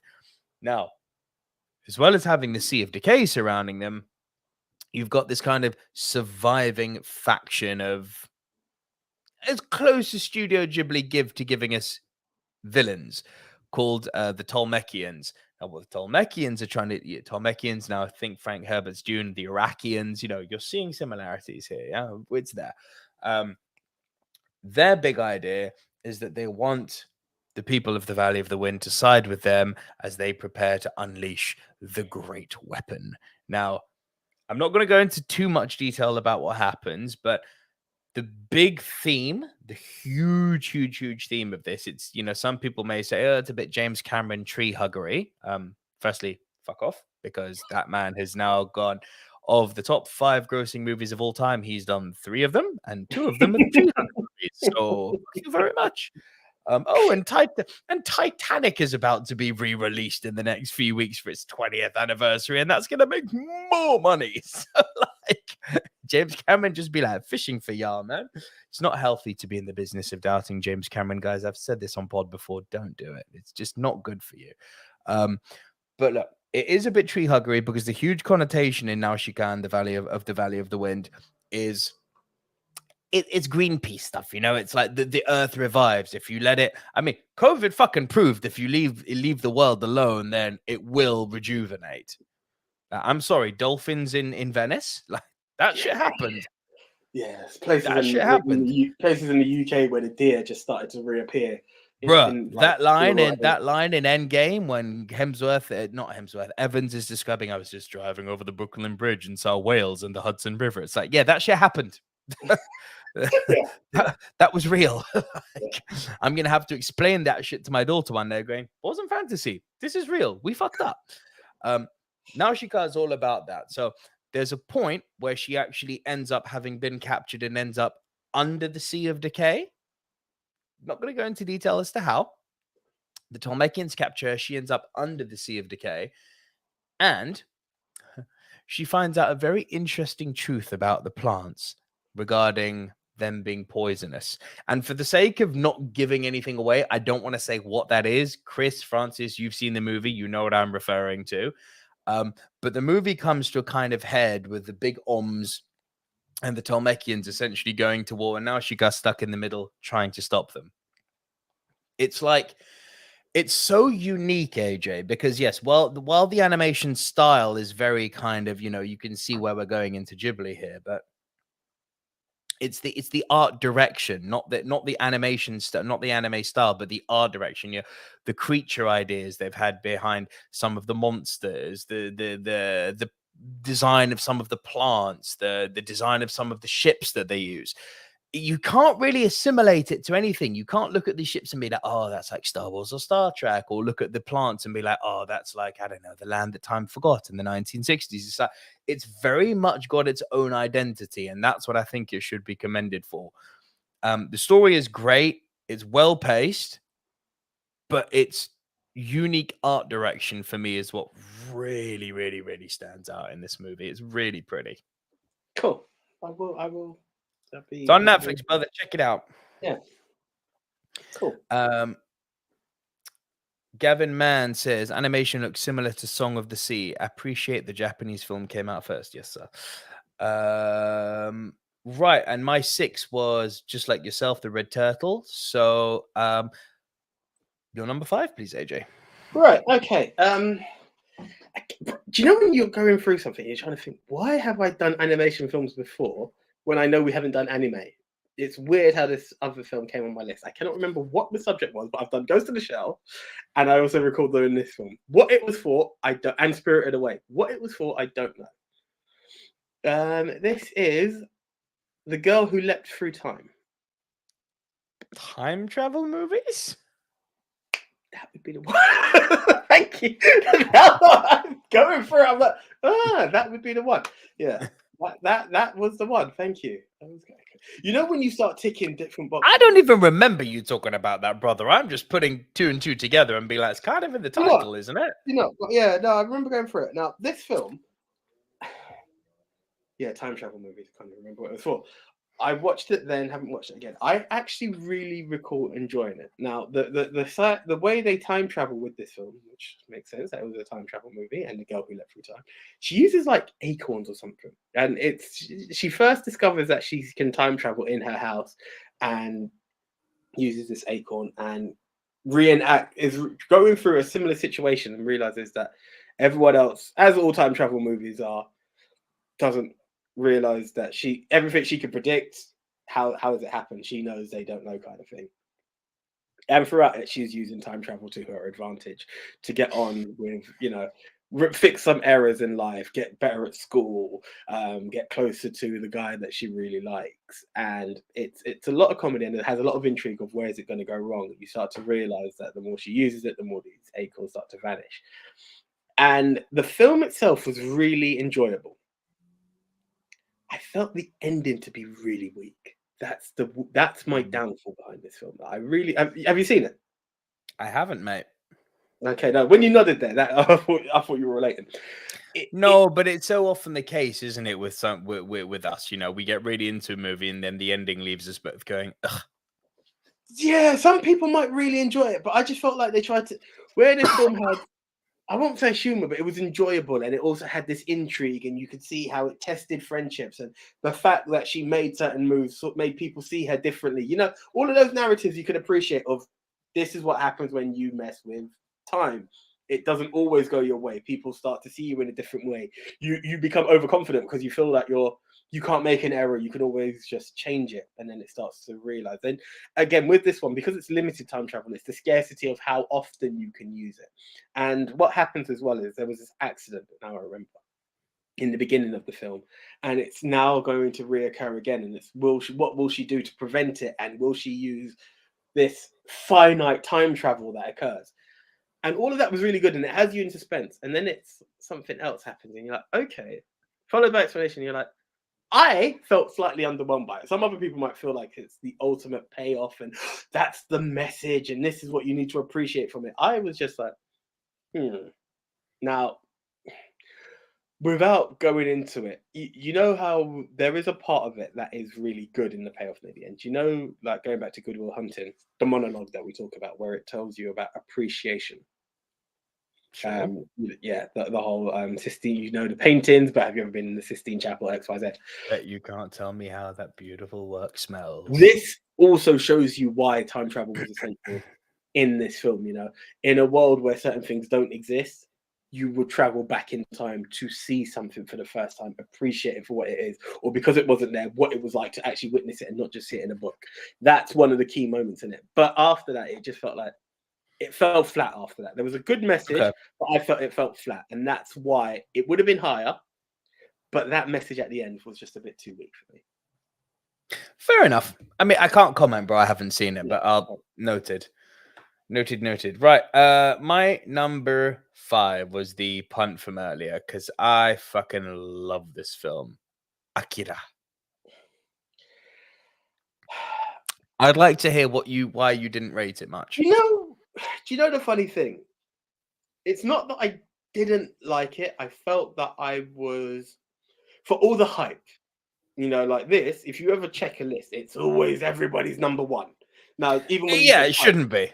This is the thing, right? Do you know it's not as guilty, but it's Deadpool guilty. When everyone's like, it's number one, check it, Akira. And I was like, right, let me see it. And it's not that it was shit, but I was like, it's great. It's fucking great. I was just like, okay. Now, based on where these other films have crumbled, it was that. It took me a while to get what our message was, and I started to have a prediction. And then, how can I say this? For a title character, your appearance is minimal as fuck. That's what bugged me. Did I read that wrong? Yeah. Kind of, yes, because Akira doesn't even appear in the movie. You see, there was does he not appear for like I want to say half a minute. There's a point, I'm sure there was a figure that they refer to as Akira. And this was the whole thing. It's where I thought it's very hard to get into this without being into spoiler territory. But I thought someone was becoming. Well, screw it. We've already said how much he appears. I thought someone was becoming Akira. To find out he wasn't the deal. That wasn't the beef. But it was like for it to be named that, and again, I don't want to say what Akira essentially is because it's all part of the development. To me, it came pretty late in the film, but I was just like, well, is that really what made it the name? Like, the film itself is good. I really enjoyed the film. I was trying to understand where the narrative was, and I believed something was becoming something else. It wasn't as bad as Unlimited Power. It wasn't, but it reminded me of that, this ever-growing power and winding me up. And then that's where I just fell a bit short on it. Like Tatsuo, that's the character we're following as the hero. Tetsuo. Yeah. Tetsuo. I loved that character, but even that, we're talking about a biker gang in didn't like Kaneda. Come again? Didn't like Kaneda. Kaneda was the main dude. So this is why I was getting confused in the names. Kaneda's the main guy, the hero we're following, isn't it? And Tatsuo's the one with the red jumpsuit. That's Kaneda. Cool. That's one. Yeah, Kaneda's who I liked. Tatsuo's the one who's building power. Right? There we go. Now, Tetsuo is like the second coming of Akira. Yes. Yeah, exactly. Now, I've had your back the whole time. Your next words are like, "I should be the one to kill him." It's like I just felt like he gave up on him a bit too quickly. It was like, "I'm coming to save you." Oh, he's out of control. I'm going to kill him. Then it was like, "But I've got his back." It just felt, I don't want to say disjointed, but I was like, but you were on his side. I can understand why you were having it the other way. And I could also understand the one who's forever been protected, feeling like he's now can protect himself. I got all of those narratives. But the balance just, I felt like it jumped some spots. I felt like it needed a bit more meat on the bone for me to understand why your emotions have changed the way they had. Personal feeling. I actually see where you're coming from on this. I'll go as far as to say that that's what you've just described is what a lot of people, including me, experience when they watch these Japanimation films for the first time. They can feel a little bit disjointed and they can feel a little bit rushed in parts. I've always said, and this is just a personal opinion, I've always said that the narrative style of Japanimation or anime, it's very, very, very paralleling to real life Japanese society, whereby you get these slow, long burns of what they call shigoto, which is work, and these quick bursts of pleasure, and then we're back to these long lulls. I do think it's purposeful. Like, the Japanese are very profound with that sort of shit. I don't think it's a coincidence that they're trying to get their narrative pacing to match their real life pacing, which is natural. It is natural. What will reflect to you, yeah. It definitely reflects them, and I do think that there's something to be said of it. The pacing and the actual delivery of the narrative feeling disjointed. Very Japanese, bro. Very, very, very Japanese. Do you know, this is the thing? I think I've adapted to Ghibli in a way of how they portray different stuff. Like, let's talk about Spirited Away. I remember the first time, so it's coming up. How you adapt to how they portray a ghost compared to how we portray ghosts, or certain bits like that. So I've adapted to that, but it was through the narrative of this. Mm-hmm. Maybe just because of other films I'd seen along the way, I get slightly disjointed. It's not that it was crap. I enjoyed the story. No. I'm not getting the impression that you're saying it's crap, but I hear what you're saying, and I get it, because there were certain parts, and I can again, it's being able to reflect to the culture, and maybe others could see it in a different way. And I was really enjoying it, and I could see the power, and I believed in everything that was going on. I could see what overconsumption of power meant as well. You know, all of that was reflected in there, but it was just those parts that was just, I just needed more meat on the bone. Essentially, it's that there was no. I see. It's interesting considering where it's set and when it's set. I actually think it's very, very reflective of what's going on in the UK now. Like, I'm not saying we're about to unleash some kind of psychogenesis monster. But, you know, you look at everyone striking, you look at everyone, you know, I kind of feel like we are on the cusp of a little mini revolution here. But again, the lights are going out. I'm not saying like But by revolution, I'm not saying we're about to bring out the guillotine again and decapitate good old Rishi. As much as I don't like the Tories, I don't advocate decapitations. Just so we're clear on that. But I do feel like we are on the cusp of a little bit of a revolution. You know, it's an economical revolution, if that makes sense. For sure. There may be, for the last few years, we've already had a lot of protesting on the streets. Now we're getting a lot of striking. The striking is starting to get public backing. You know, the government and all these news outlets like Good Morning Britain were saying, "Oh, you know, the train strikers, they're never going to get anywhere." Lo and behold, they're getting public backing left, right, and center because they're going about things in a way which is relatable. This might be us I'm speculating here, but we might be on the verge of a new status quo in the coming. I don't think it's going to happen in our lifetime, but I think I think we're planting the seeds here for something that could happen maybe in my daughter's lifetime. Kind of change of the dynamic of power politics. And Akira is talking about that. So I rewatched this for the purpose of this. And I was looking at it going, damn, this feels a bit fucking UK at the moment, doesn't it? Students protesting over tax reforms. I'm like, where have I seen that before? This feels quite fresh. It was made a long time ago, and this yet still feels fresh. Of course, as with most things we've already discussed, this is again all allegorical with regards to the Hiroshima bombings. Sorry, and Nagasaki. Can't not only mention one. We're in a world where World War III's happened. We're in Neo Tokyo. We're in a world with psychics. Akira is a seminal piece of anime, but viewer beware, it is hyper violent. Like I said at the top of the show, if you're tuning in for like the kind of Disney, Pixar, Dreamworks, that opening chase, for instance, the bike chase, who dug it? Who dug it? Like, and that's something I love about the way the Japanese animate their characters. Feels so fucking different to us, and I love what they do. Like, people seem to move in a much more authentic and natural way. The facial animations feel less anime and more true to life, despite not being motion captured.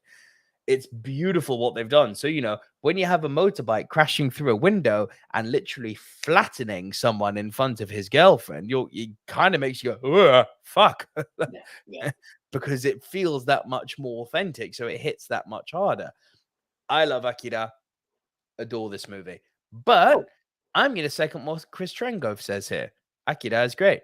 I also think it's a wee overrated. I think that was also the thing. It was this. You type it in like best anime movies on Google. Akira is the first. Oh, of course. You go into everywhere. It's so highly listed, and I think Akira and Spirited Away, they always come up. Akira is also something I've heard of for the longest of time. There's my number 3 is a film I was partially rewatching.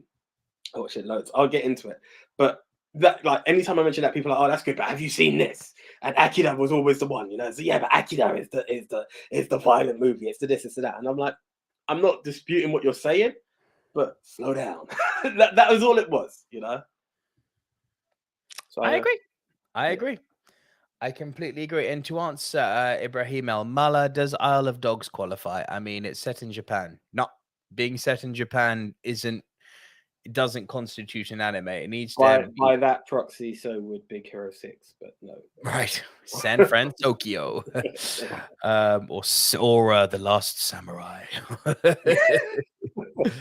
No, it doesn't qualify. It's made by Wes Anderson, and it's not even made in an anime style like this. It's a stop motion essentially. So no, definitely not. Beautiful film though, Ibrahim. I love Isle of Dogs. Right. That was my number 5. So AJ, your number 4. Okay. So I'm just writing down Isle of Dogs. Oh, there we go.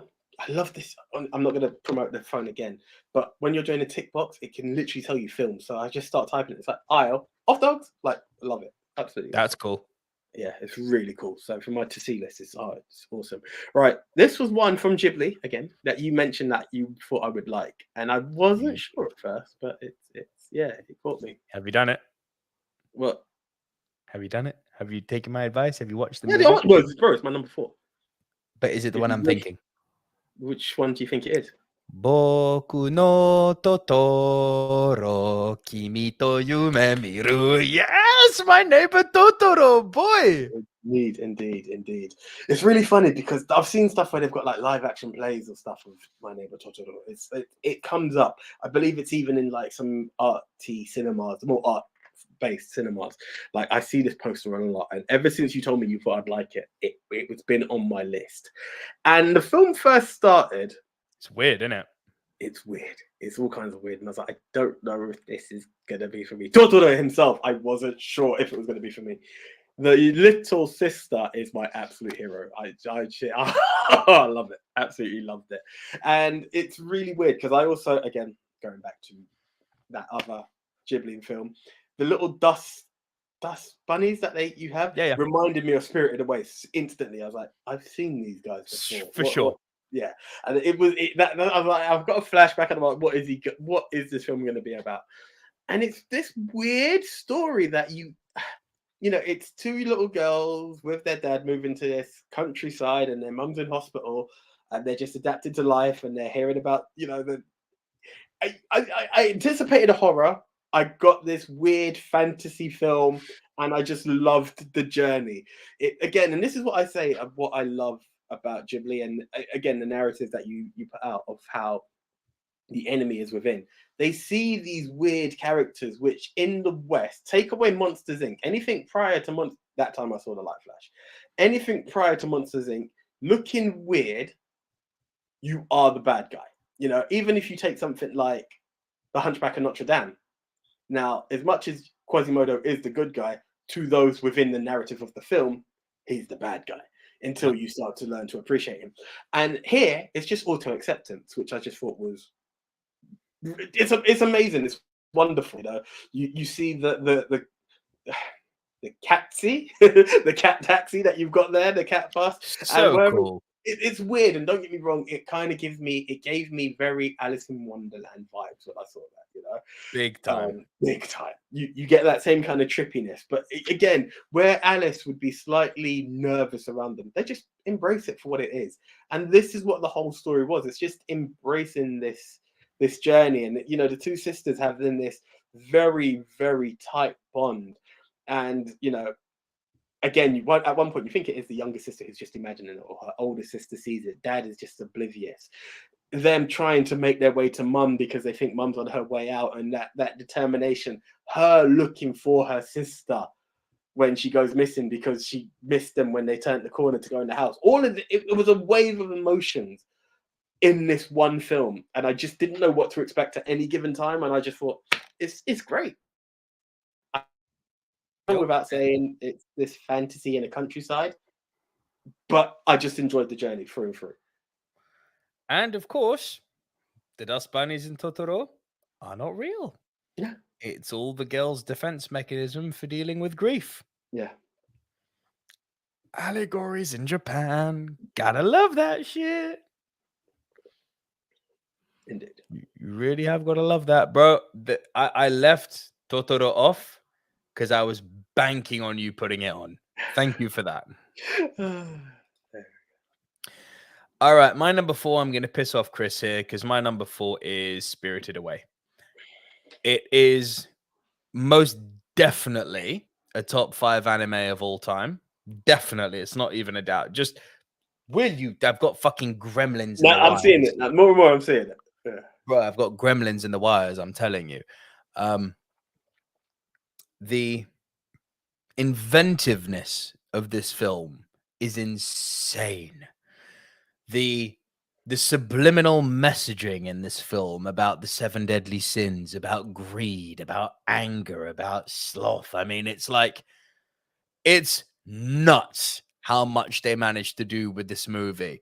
The idea of this the idea of this temple where everyone has to, clean these dirty beasts. This boy who turns into a dragon, Onibaba, which, by the way, the Onibaba, that's like Japanese folklore 101. But they somehow nailed so many Japanese tropes and made them feel fresh in this. And the universal theme of family is there on display. So you're dead now, are you? You're not working anymore, I see.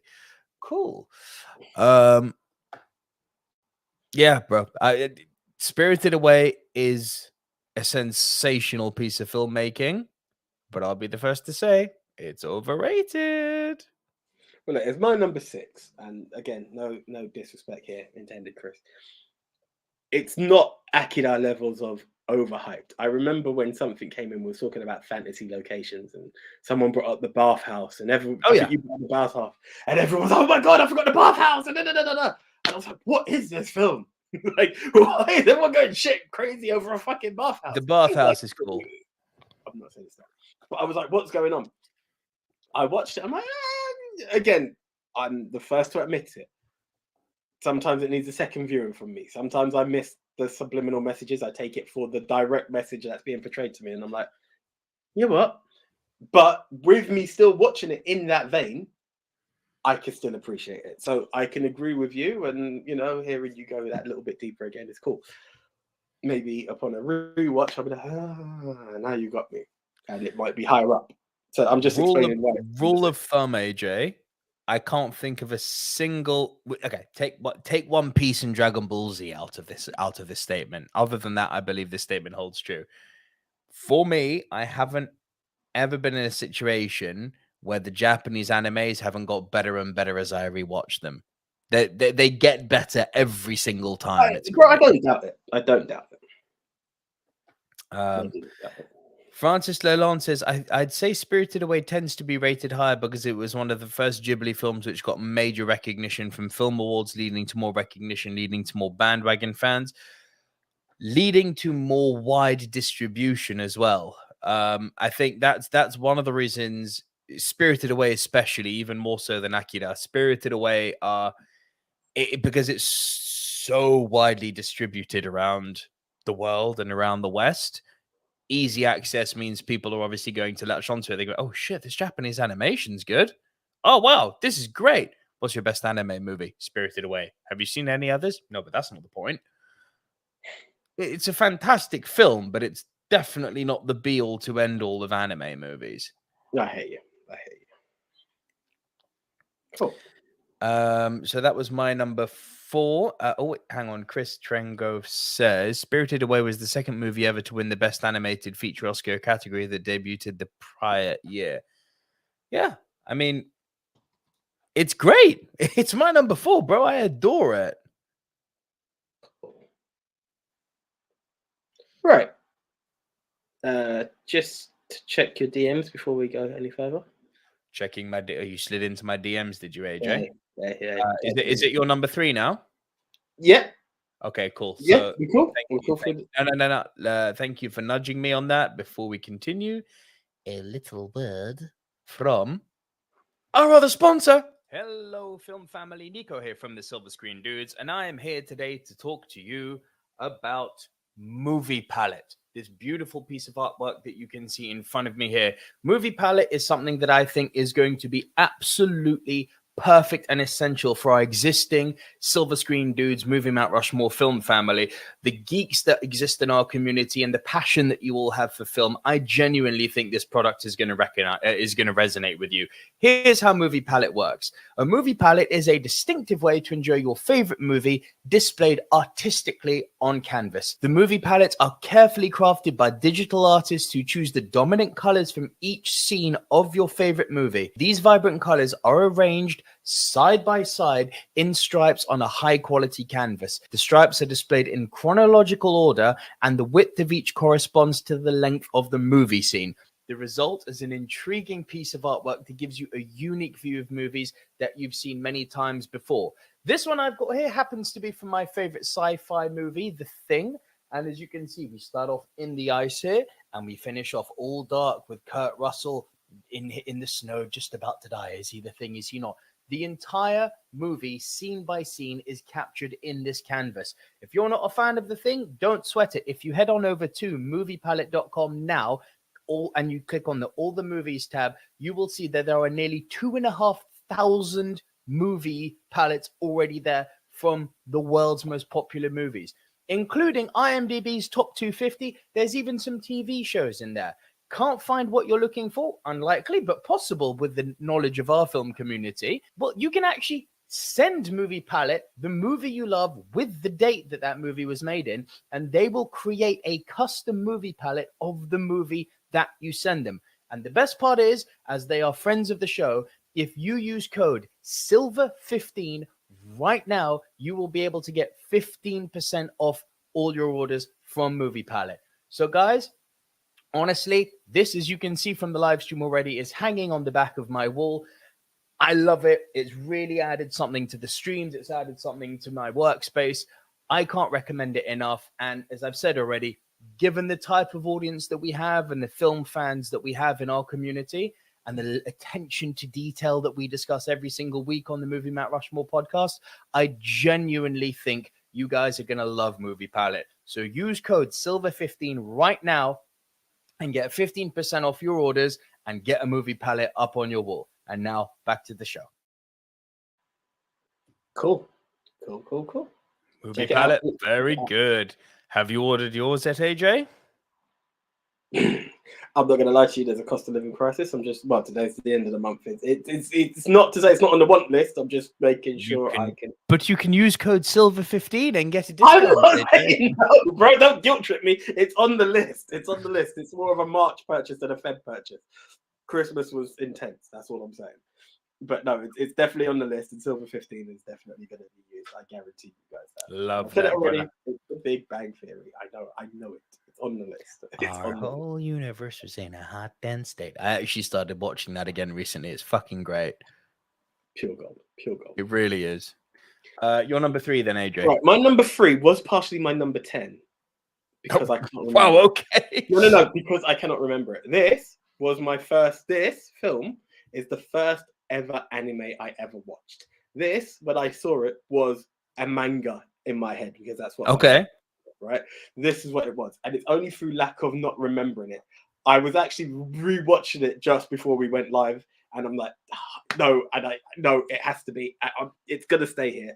I'm putting it back like low because it's high, should I say? Because I just love this film. Anyone talks to me about anime, this film came up.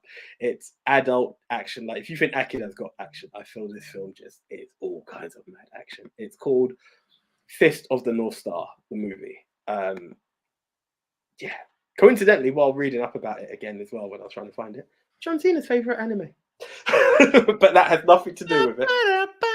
Yeah, it's got sold. Yeah. Then again, John Cena's favorite actor is Will Ferrell, so yeah, I know, right?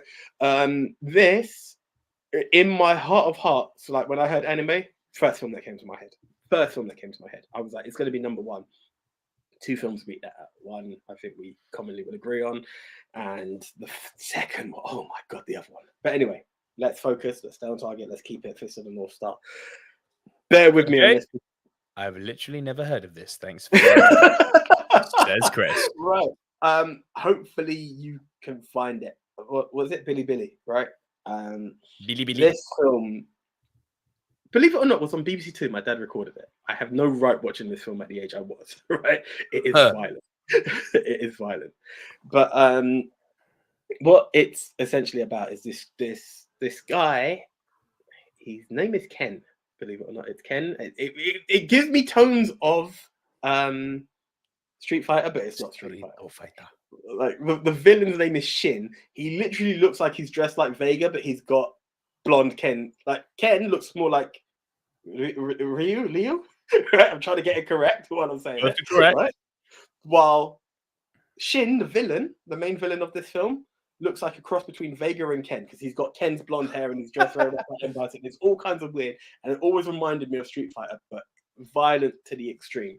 Now, essentially, Shin has been crowned the Fist of the South Star. Now, again, I've just been refreshed and I just fell in love with the film again. So I'm giving you as much as I can remember.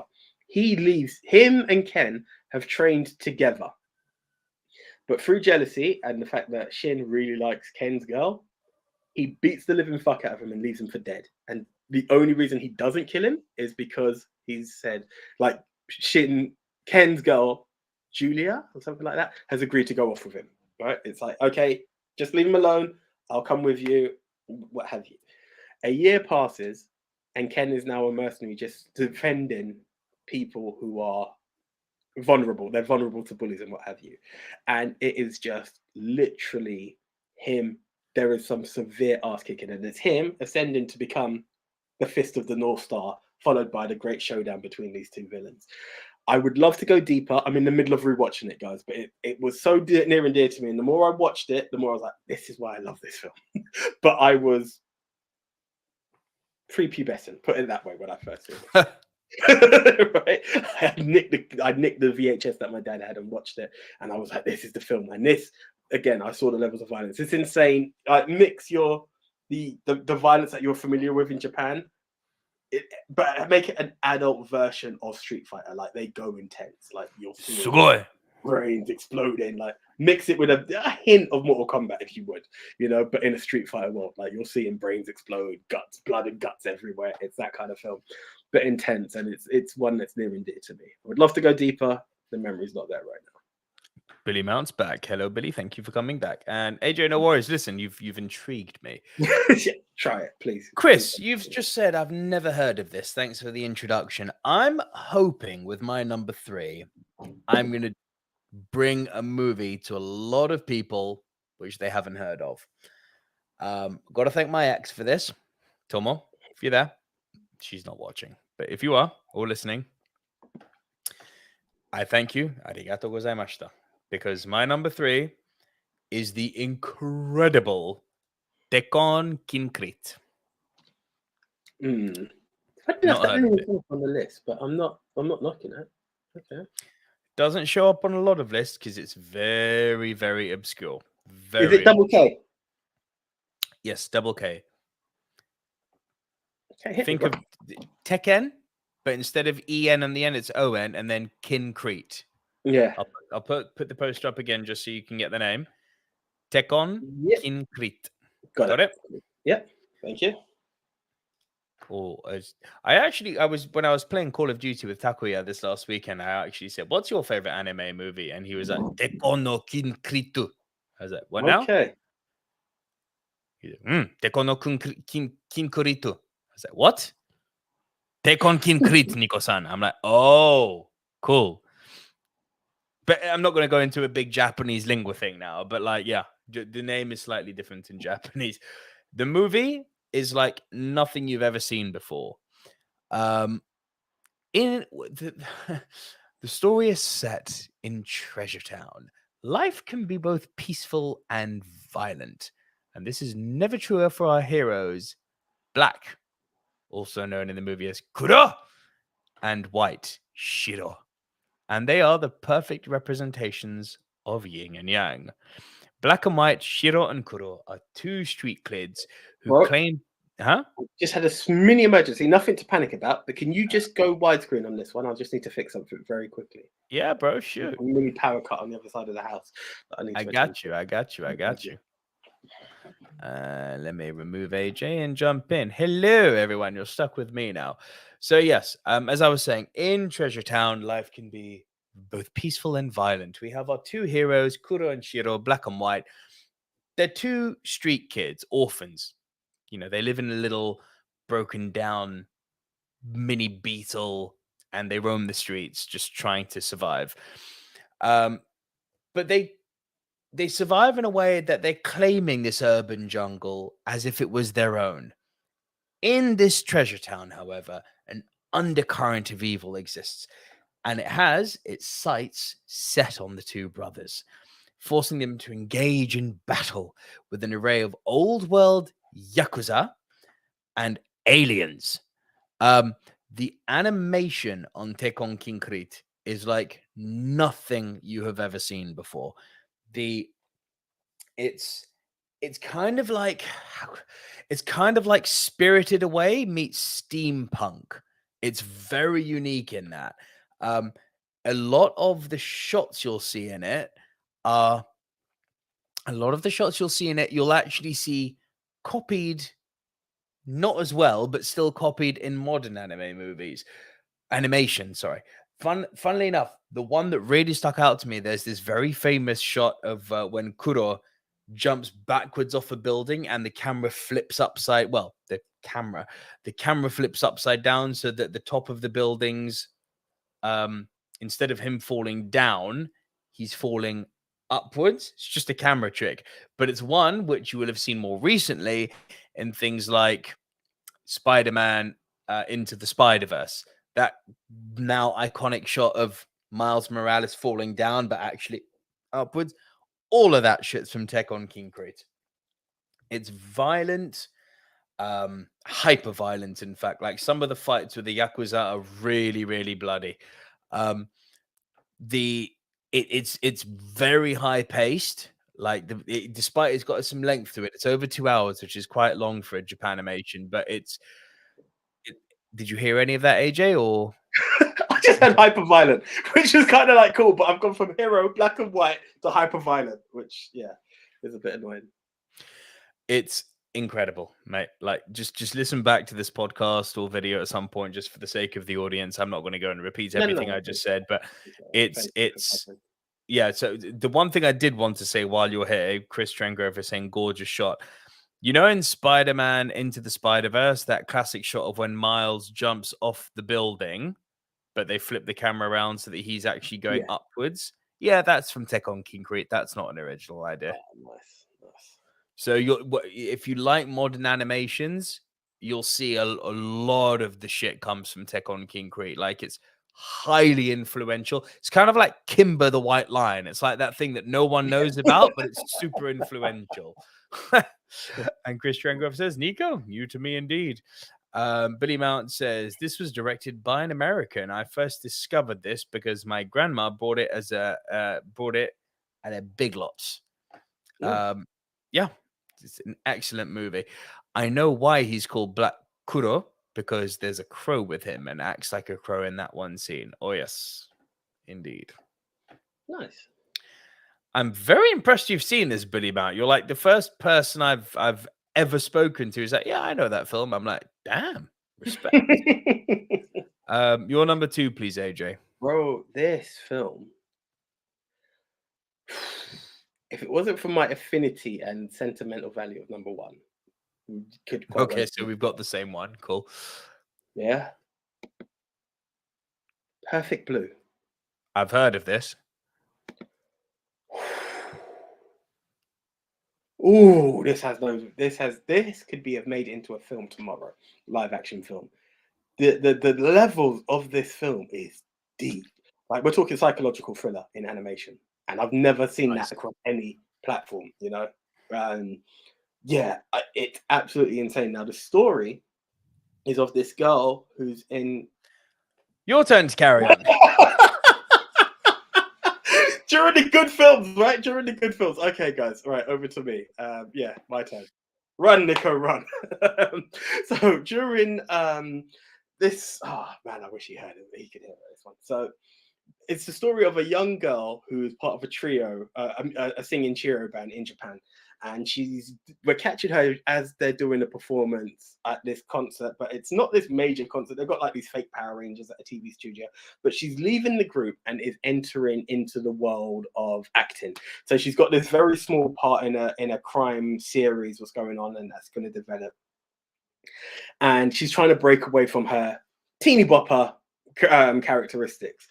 And through this, she's recording, and you can see the nerves she's going through for this one line in this film and the different roles that's going to be available to her.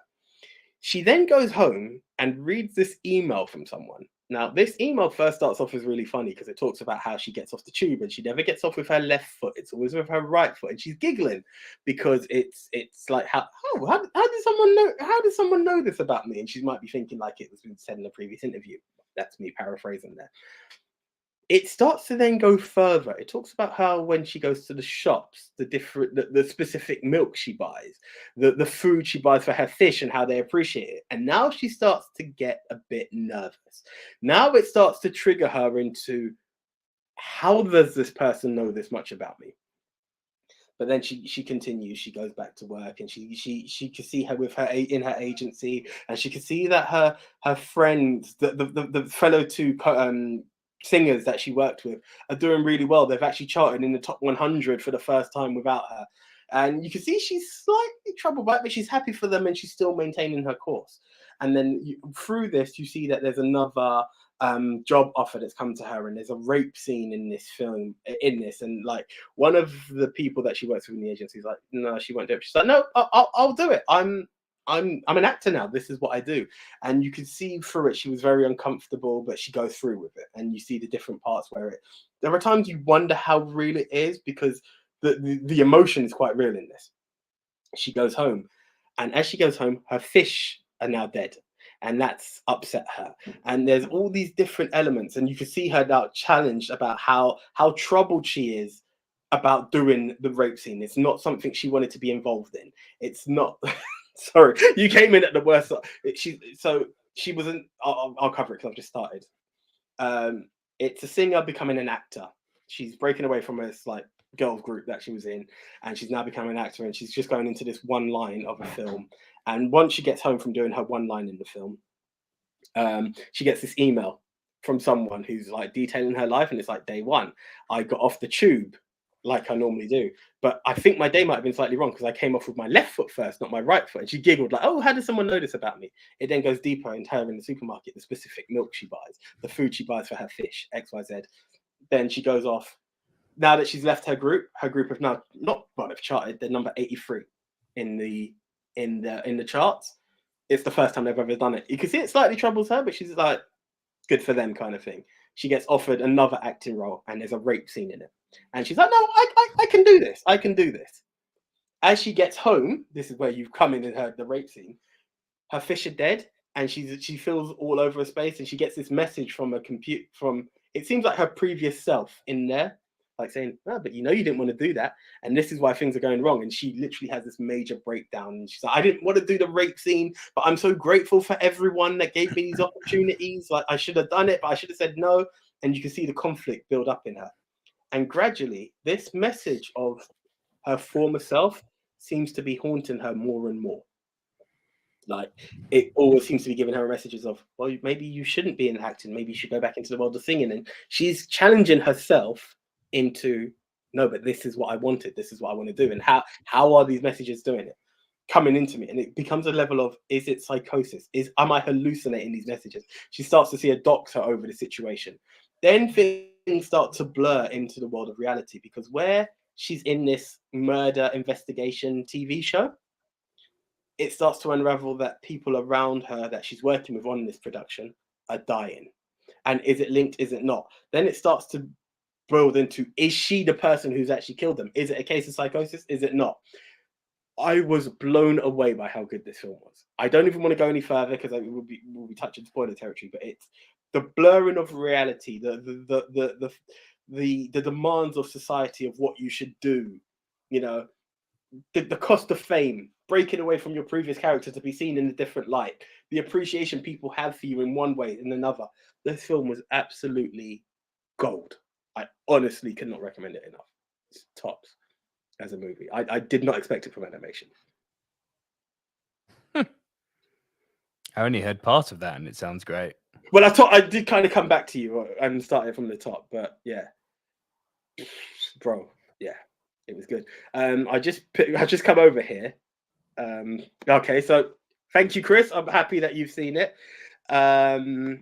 Billy Mount says, wasn't Darren Aronofsky at one point going to do a live action remake of Perfect? Sounds like his fucking cup of tea. I freaking hope so, because I hadn't heard that, but I would love to see that. And Chris also says, Satoshi Kon was such a gifted filmmaker. He directed only 5 feature films and 1 TV series and died too young at the age of 46 in 2010. Damn, but yeah. Oh, bro. And Chris, I'm happy that you've seen it as well, because, gold. Absolute gold. No comment, haven't seen, but sounds amazing, and I will see. Yeah. Give it a shot. Sounds fucking great. I mean, I was quite hyped to talk about my number 2, but yeah. By all means, proceed. Bro, much like the way you just described Perfect Blue, like this is similar, because through the course of this, we've talked about mystical islands and red turtles. We've talked about cybernetic beings. We've talked about post-apocalyptic wastelands. We've talked about Super Saiyans and pirate kings. We've talked about, fabled bathhouses. We've even talked about, aliens and old school Yakuza in a town where boys can fly. Like we've even talked about grief in the form of a big cuddly cat. Yeah. There's been some crazy shit. Japanese anime is equally powerful when it reins itself in away from the fantasy. Not that it should stop doing that because it's so good at that. But sometimes it reins itself in, like what you just described with Perfect Blue, and it kind of tells a story which you think, well, this doesn't need to be an anime. This could have been shot as a live action movie, but still chooses to do it in the anime style. And my number 2 is very much like that, because my number 2 is A Silent Voice. This movie is on my list of things to see, actually. it should be, because I brought it up before. This movie is sensational. It's dropping the O word here, AJ. It is an odyssey about a young. It is an odyssey coming of age story. That's probably why I brought it up before, coming of age stories. So I don't think I'm saying anything revelatory here. Japan has got the highest suicide rate in the world. And this movie explores that. So we're talking taboo topics here. And it's hard to talk about this without giving much away. Okay, so the lead character starts off by bullying this girl at school. And the reason he bullies her, this is going to touch you, is because she's deaf. So she can't get her words out properly. She can sign, and she can kind of just make kind of mumbles and jitters. Obviously, kids are fucking cruel. So without a doubt, she gets bullied at school. And one kid in particular, and this is a wonderful bit of poetic injustice here. He actually fancies her, but it's like treat him mean, keep him keen. But this is like levels of fuckery. And this continues as they grow old together until they get closer and closer and closer. But then she tries to take her life, and he realizes that despite the fact that they've got closer and closer, what he did to her when they were younger has fucked her up. And it's because of him that she's in this state now. It's got so much to say about who you choose as your entourage and the importance of choosing quote unquote good people to be in your entourage. People who won't be afraid to say, hey, you're bullying her, stop, as opposed to people who will say, hey, let's do more bullying. More of that. The deaf girl. It's got, again, you have to be aware of the social implications in Japan of suicide and of teenage bullying. Like, we have bullying here in schools, obviously, and it's condemned. They don't do much about it in Japan. Like, it's kind of just the teachers just kind of like say, hey, get on with it. Not get on with bullying, but just, stop it and get on with life. More important things. Shigoto, shigoto, shigoto. Have to work. Don't have time for this nonsense. Sad fact. The movie it's very rare for an anime to have this level of subtlety to it without having to go bombastic and over the top. It's downplayed. It's kind of like if Red Turtle could talk. It's so quiet in its delivery. And yet when shit happens, it really kind of like goes, it hits hard, bro. It's a fantastic movie. I'm intrigued. It's on my list. Chris Trengriff says everyone should see Perfect Blue, and goes on to say A Silent Voice is very great. Thank you, Chris. On both levels. Is this movie really silent? Lol. Billy Mao, slap. Do you know what? I have a feeling Billy said it prior to the definition. Yeah. I'm giving him the benefit of the doubt on that. Chris Trengov, I think this is a nice point. People, not me, criticize this movie because they feel it empathizes too much with the bully character. So, I mean, I get why they would think that, but I also think that's not it. That's kind of like calling The Last of Us just another zombie show. It's like, yeah, while literally true, also kind of misses the point, the bigger point. I disagree. I just invite you to look at episode 3 of The Last of Us, which is literally a homosexual story about life and death. That's it. Nothing to do with zombies. Okay, let me start again. Without going into episode 3, this is an exact piece for piece of the game, right? Kind of. The main narrative they're following, Bill in the game wasn't gay. Right. Here we go. Let's go for it now. Should I avoid watching this show without playing or having? Should I play the game first, or they are two separate entities and it doesn't really matter? Because I don't want any. I don't know where I want. I don't. Let me answer you like this. Anya has seen me play the game on and off now and then. Not really ever got invested in it. Hates anything scary. Like she can't handle Goosebumps on Nickelodeon. Like she's the most squeamish watcher of media I've ever seen. Right. Loves this show. Okay, I'm going to take Chris's advice, mind you. Play the game first. So you're never going to play the game or see the show, so we're fucked here. So no. Listen, no, it's actually on my list. I think it's I can't say how quick I'm going to finish the game, and it's not long. It's not a long game. It depends. It took me forever to finish Spider-Man, which shouldn't have. That's a weekend. There you go. Well, here we go.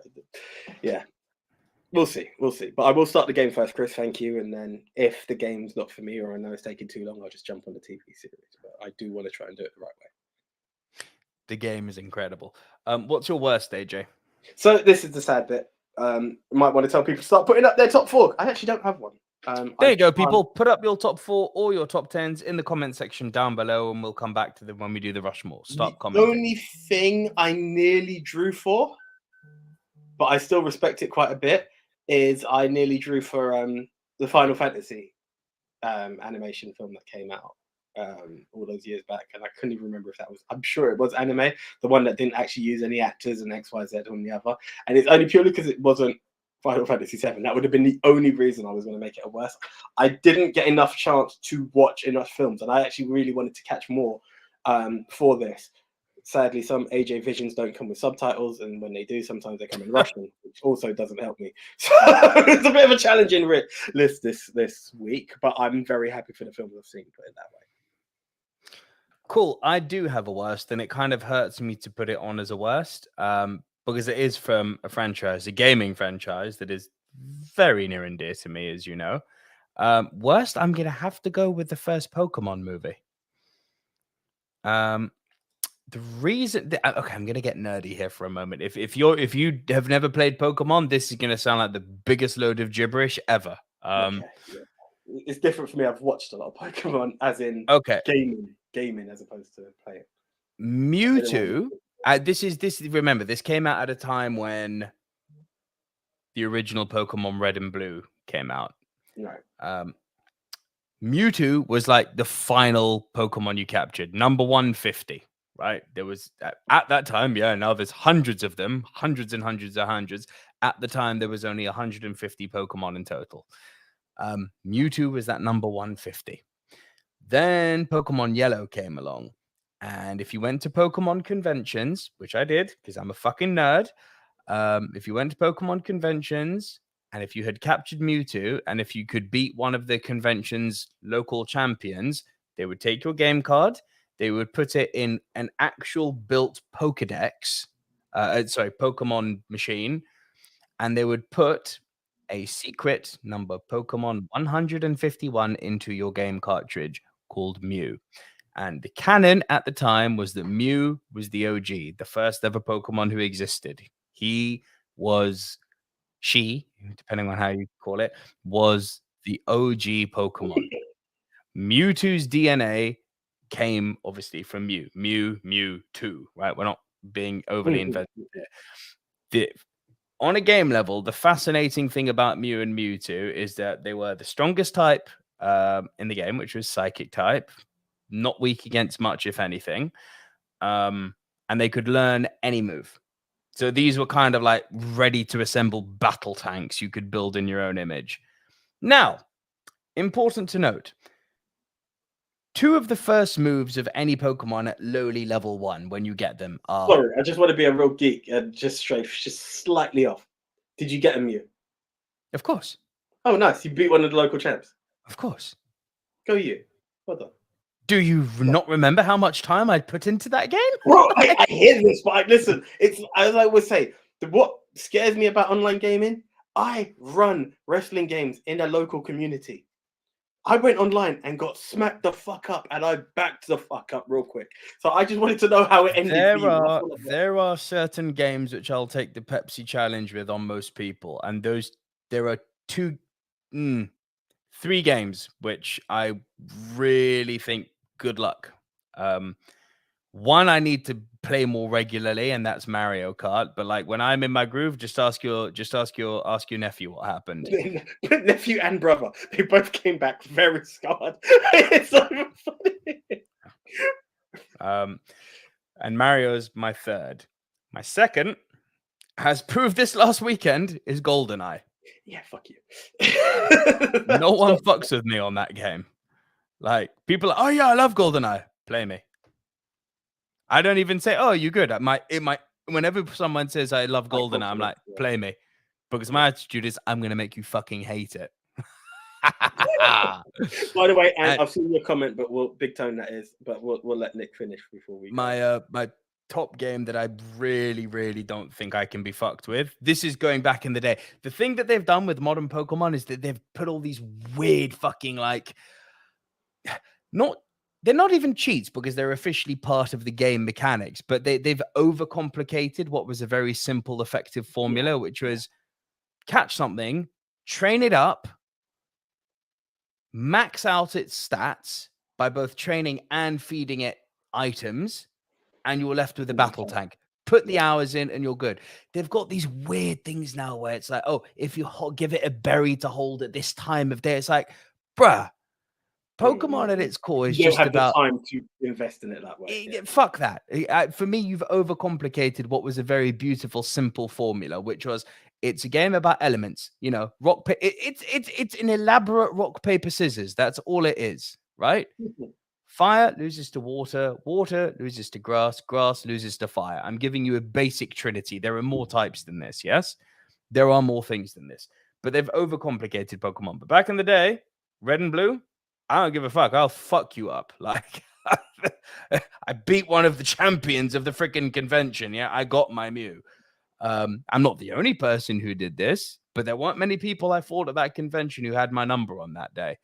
I'm not bragging. It's just fact. Yeah, bro. So, when you catch Pokemon at a low level, the first move they learn is not even an elemental move. It's just tackle. Everyone knows this. The first Charmander or Bulbasaur or Squirtle you get just knows tackle.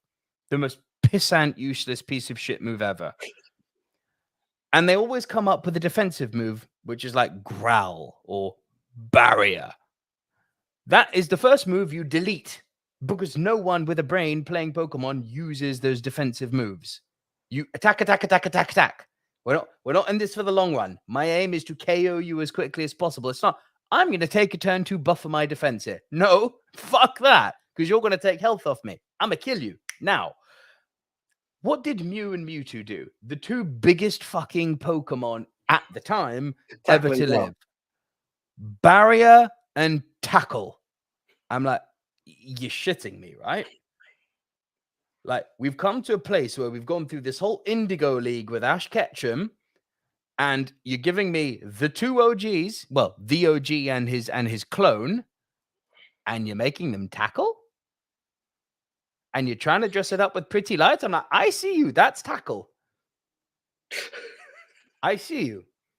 You're fucking with me. So for purely stupid geeky reasons, Pokemon the movie is my worst anime.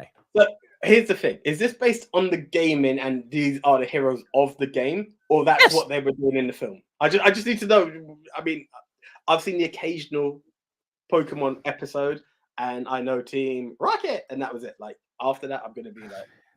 I don't fully understand the question, AJ. What do you mean? I'm saying, is that how weak they were in the film? Like, is it they were that dumb shit? Like, that's what their fights were. Here's the fucked up thing. They weren't even weak. Like, Mewtwo kills Ash. Mewtwo kills the lead character. Like, these things are fucked up powerful. But it's when they end up fighting each other, it's Tackle and Barrier. I'm like, Where is Psychic? Where is Hyper Beam? Where is Blizzard? Where is Fire? The Fire Blast. I'm like, you can learn any move. You have any move at your disposal. You don't tackle?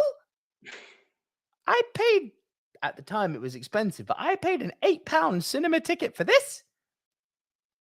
Tackle. What you doing to me? Okay, I hate you, bro. And Billy, what did I think of the second Last of Us game? Speak No Evil. I fucking love that game. I'll go out on a limb here and say The Last of Us Part 2 is the single greatest story narrative ever in a video game. I said it, come at me. Also, Billy, to answer your other part about it, GoldenEye being re-released on Switch, that's where he kicked out all our asses. So he's very aware.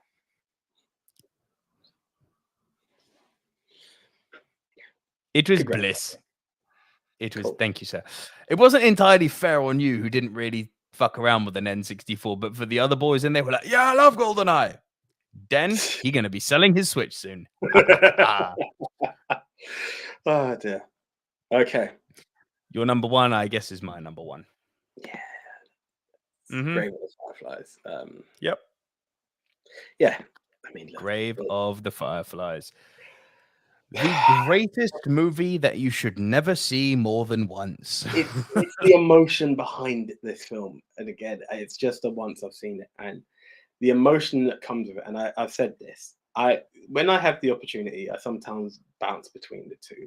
Like sometimes I'll be like, I'll focus on a film. I'll listen to it in Japanese. I'll read the subs, or I'll just flick over.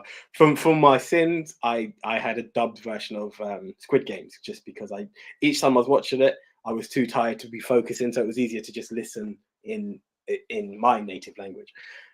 I bounced between languages on this for curiosity to see what it sounds like, and it doesn't matter.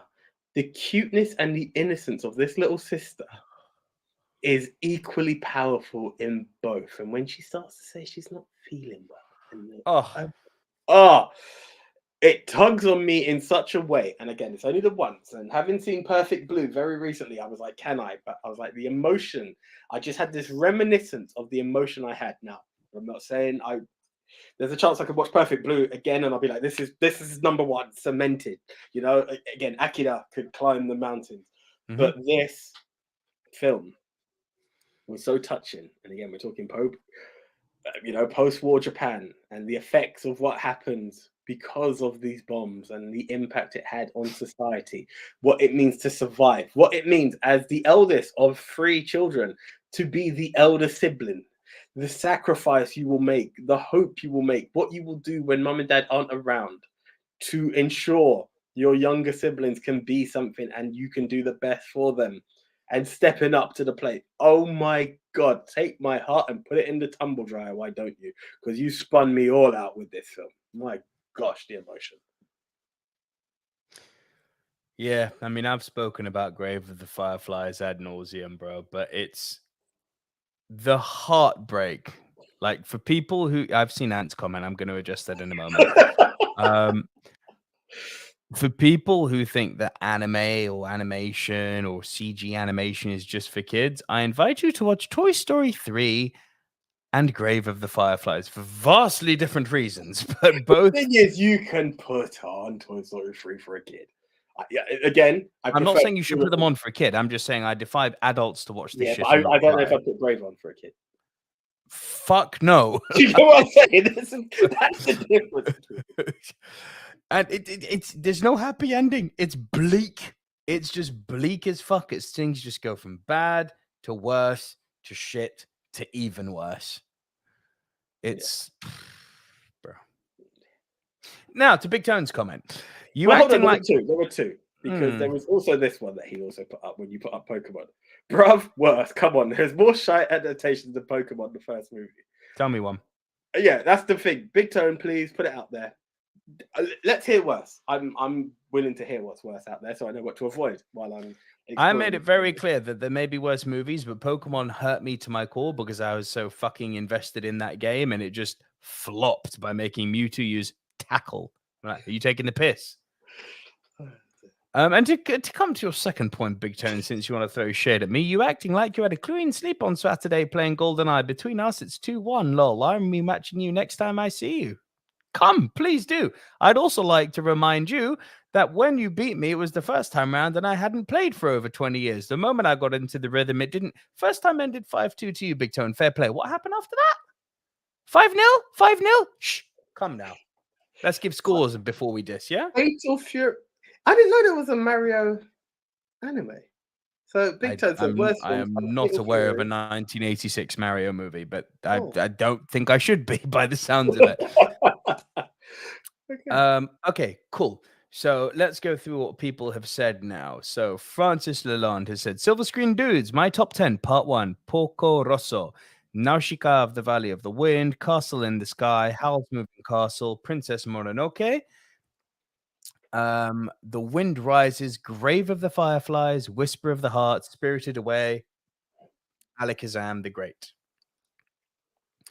Gavin Mann has said, my Rushmore, i.e. the only 4 I've seen, Spirited Away, Grave of the Fireflies, Ghost in the Shell, and The Red Turtle. A bit entry level, I know, but I've only seen what I've seen. Nothing wrong with that, Gavin. No, Gavin, don't. Because the fact that you've actually entered the realm is something to be respected. I will be honest with you, looking back at your list, a lot of those, prior to this being something I had to challenge myself for, we're in the same kind of boat, bro. So it is what it is. So, but you know, Chris has put my Rushmore: number 1, Spirited Away; 2, My Neighbor Totoro; 3, Grave of the Fireflies; 4, Perfect Blue. So I think we can put Grave of the Fireflies on as the audience choice this week because everyone just selected it, which makes okay, cool. Chris is going to be pissed off with me here, so forgive me, Chris. Can I suggest that for the sake of not just giving people what they're used to, we avoid Akira and Spirited Away? Here's my thing. And this is where I'm torn. You're either going to get the anime fans who will jump at it. And this is where, you know, Perfect Blue has a chance in hell of even getting a single more than 1%, and it won't get Coach Cartered, you know? It will get Coach Cartered. But this is what I'm saying. But this is you putting it out to the public. You animate it, it can go somewhere further. You had heard of it, Chris has seen it. Do you get where I'm going? Mm-hmm. My fear is, let's do your tech on da-da-da. You've only got one person who's seen it. It could get Coach Cartered. Now, essentially, tech on Concrete and Perfect Blue, I wouldn't do. But this is what I'm saying. But what are we going for once you take away Spirited Away and Akira? I'm happy for My Neighbor Totoro, by all means. Do you want to do Clash of the Titans? I'm just very aware of what the voting might look like if it's not available. Do you get what I'm saying? We might still get a clear winner. I'm not saying you won't, but I believe it's there. You know I'm going to put Dragon Ball Broly in there then, right? You need a big... Well, I kind of hate the fact that we're not putting movies like My Neighbor Totoro in there, but fine. But do you get what I'm going with? You put Totoro in, which is cool, but it's against Grave. How does Grave get competed against?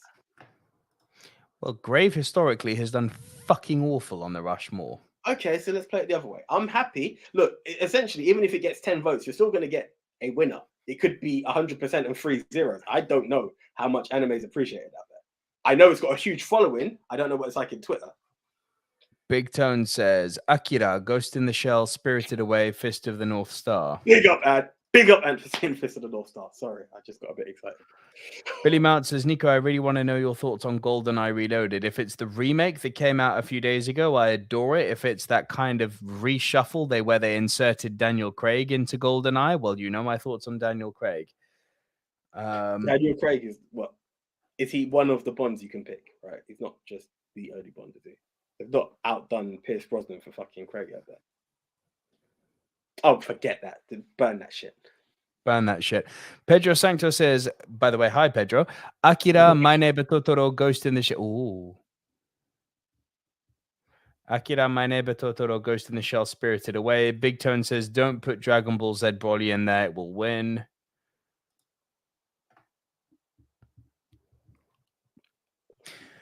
Okay, so you want to go down the Akira, and I mean, you want to. essentially, what Pedro just put up,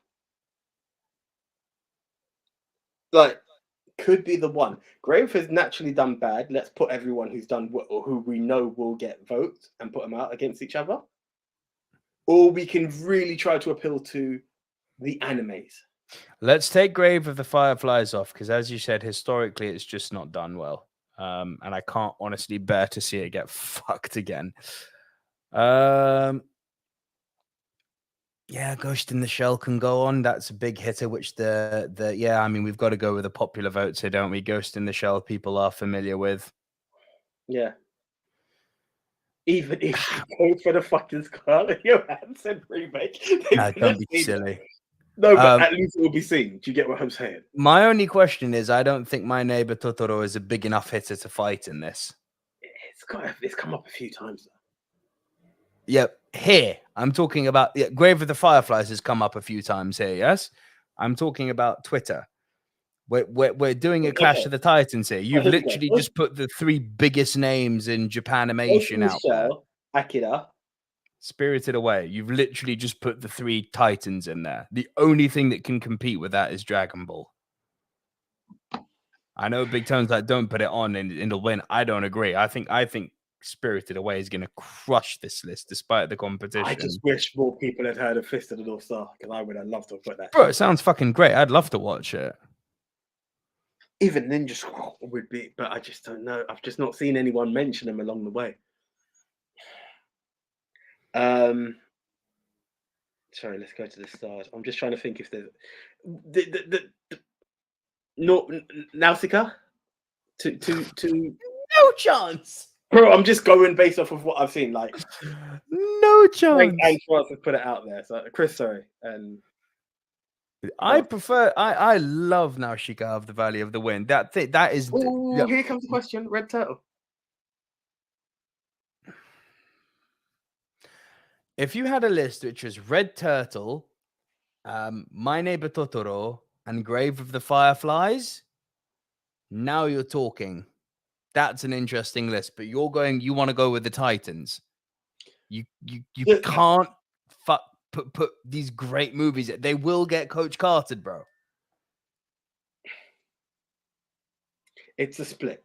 We either go for the most I'm saying this based on exactly what you're saying. Minimum votes or maximum votes. I'm willing to play it either way. You know the Twitterverse slightly more than I do. That's the only reason I'll leave it to you. We've literally got the answers on both ends. Oh, Billy Mount, Daniel Craig has had a lot of Bond games. Do you know what they all have in common? I haven't played a single one. Nor will I. I don't care if someone says they're good. Look who Bond is, or not Bond. Valley of the Four Queefs. Fucking hell, Francis. I'm happy to go Dragon Ball Broly. I don't think it will be as clear-cut a winner as estimated, because those are some hitters there. Pedro says Totoro is the face of Studio Ghibli. It was even on that 100 greatest films poll that came out recently from Sight and Sound. Listen, we can go the audience vote My Neighbor Totoro then if everyone insists on that. But I'm warning you, it's gonna get crushed. But that can be the audience vote this week. My Neighbor Totoro. Cool. Okay. We're going with the big heads, yeah? I'm going with the big hitters, bruv. Cool. Boku no kotachi kimi to yume miru. Ladies and gentlemen, the official movie Mount Rushmore of anime in no particular order is Ghost in the Shell. Our second entry is Akira. Our third entry is Spirited Away. Our final entry into the movie Mount Rushmore of anime movies is My Neighbor Totoro. So going to just a few comments I've seen come up. And Street Fighter 2, as good as it could have been, it's on neither of our lists, so we can't comment or put it in. Chris, Grave of the Fireflies. I would love to do it, especially with it being both our number ones. Historically, it has been massacred on Twitter. So it's a bit of we're kind of protecting our baby on this one. So I think that's the way of looking at it. But guys, slightly longer than anticipated, but we both had little emergencies we had to attend to, so it's there. But we're going to wrap it up real quick. Thank you so much for all your support, all your comments, and putting out some great names out there. Like, you guys have educated me on this. It's a genre I want to go deeper into, especially if I can find more stuff like Perfect Blue. Not to say the others were shit, but you know, it's not just Ghibli. Like, anime is more than Ghibli and Dragon Ball and Pokemon. So from myself, I am one AJ Hensley Jordan. Remember, if you want to support the channel, you can do it at a level that is comfortable for you by heading on over to buymeacoffee.com/movie dudes. Please do be sure to like the video, share the video with anyone who you think may be interested. Hit that subscribe button if you haven't done so already. Turn on the notification bell, guys. We will see you next Tuesday, and we will have a guest. Gavin, to answer your question, Jazz returns to the Movie Mount Rushmore podcast next week. And next week's topic is, well, you're going to have to tune in to find out. Be tuning into the Twitter. I don't want to tell you what next week's topic is. What I am going to tell you is, no disrespect to Big Tone, who's in the audience now, single-handedly the scariest brain of a guest we've ever had. I think I'm being quite polite here, AJ. Jazz is terrifyingly intelligent. Her take on movies is like nothing I've heard before. So on that basis alone, I insist everyone tunes in next week. Jazz from the People's Polygraph will be here unless something radical happens, but she will be here, and I can't wait to have her back. But that is it from us, guys. We will see also you. Head on over to at Movie Polls for You. We love movies.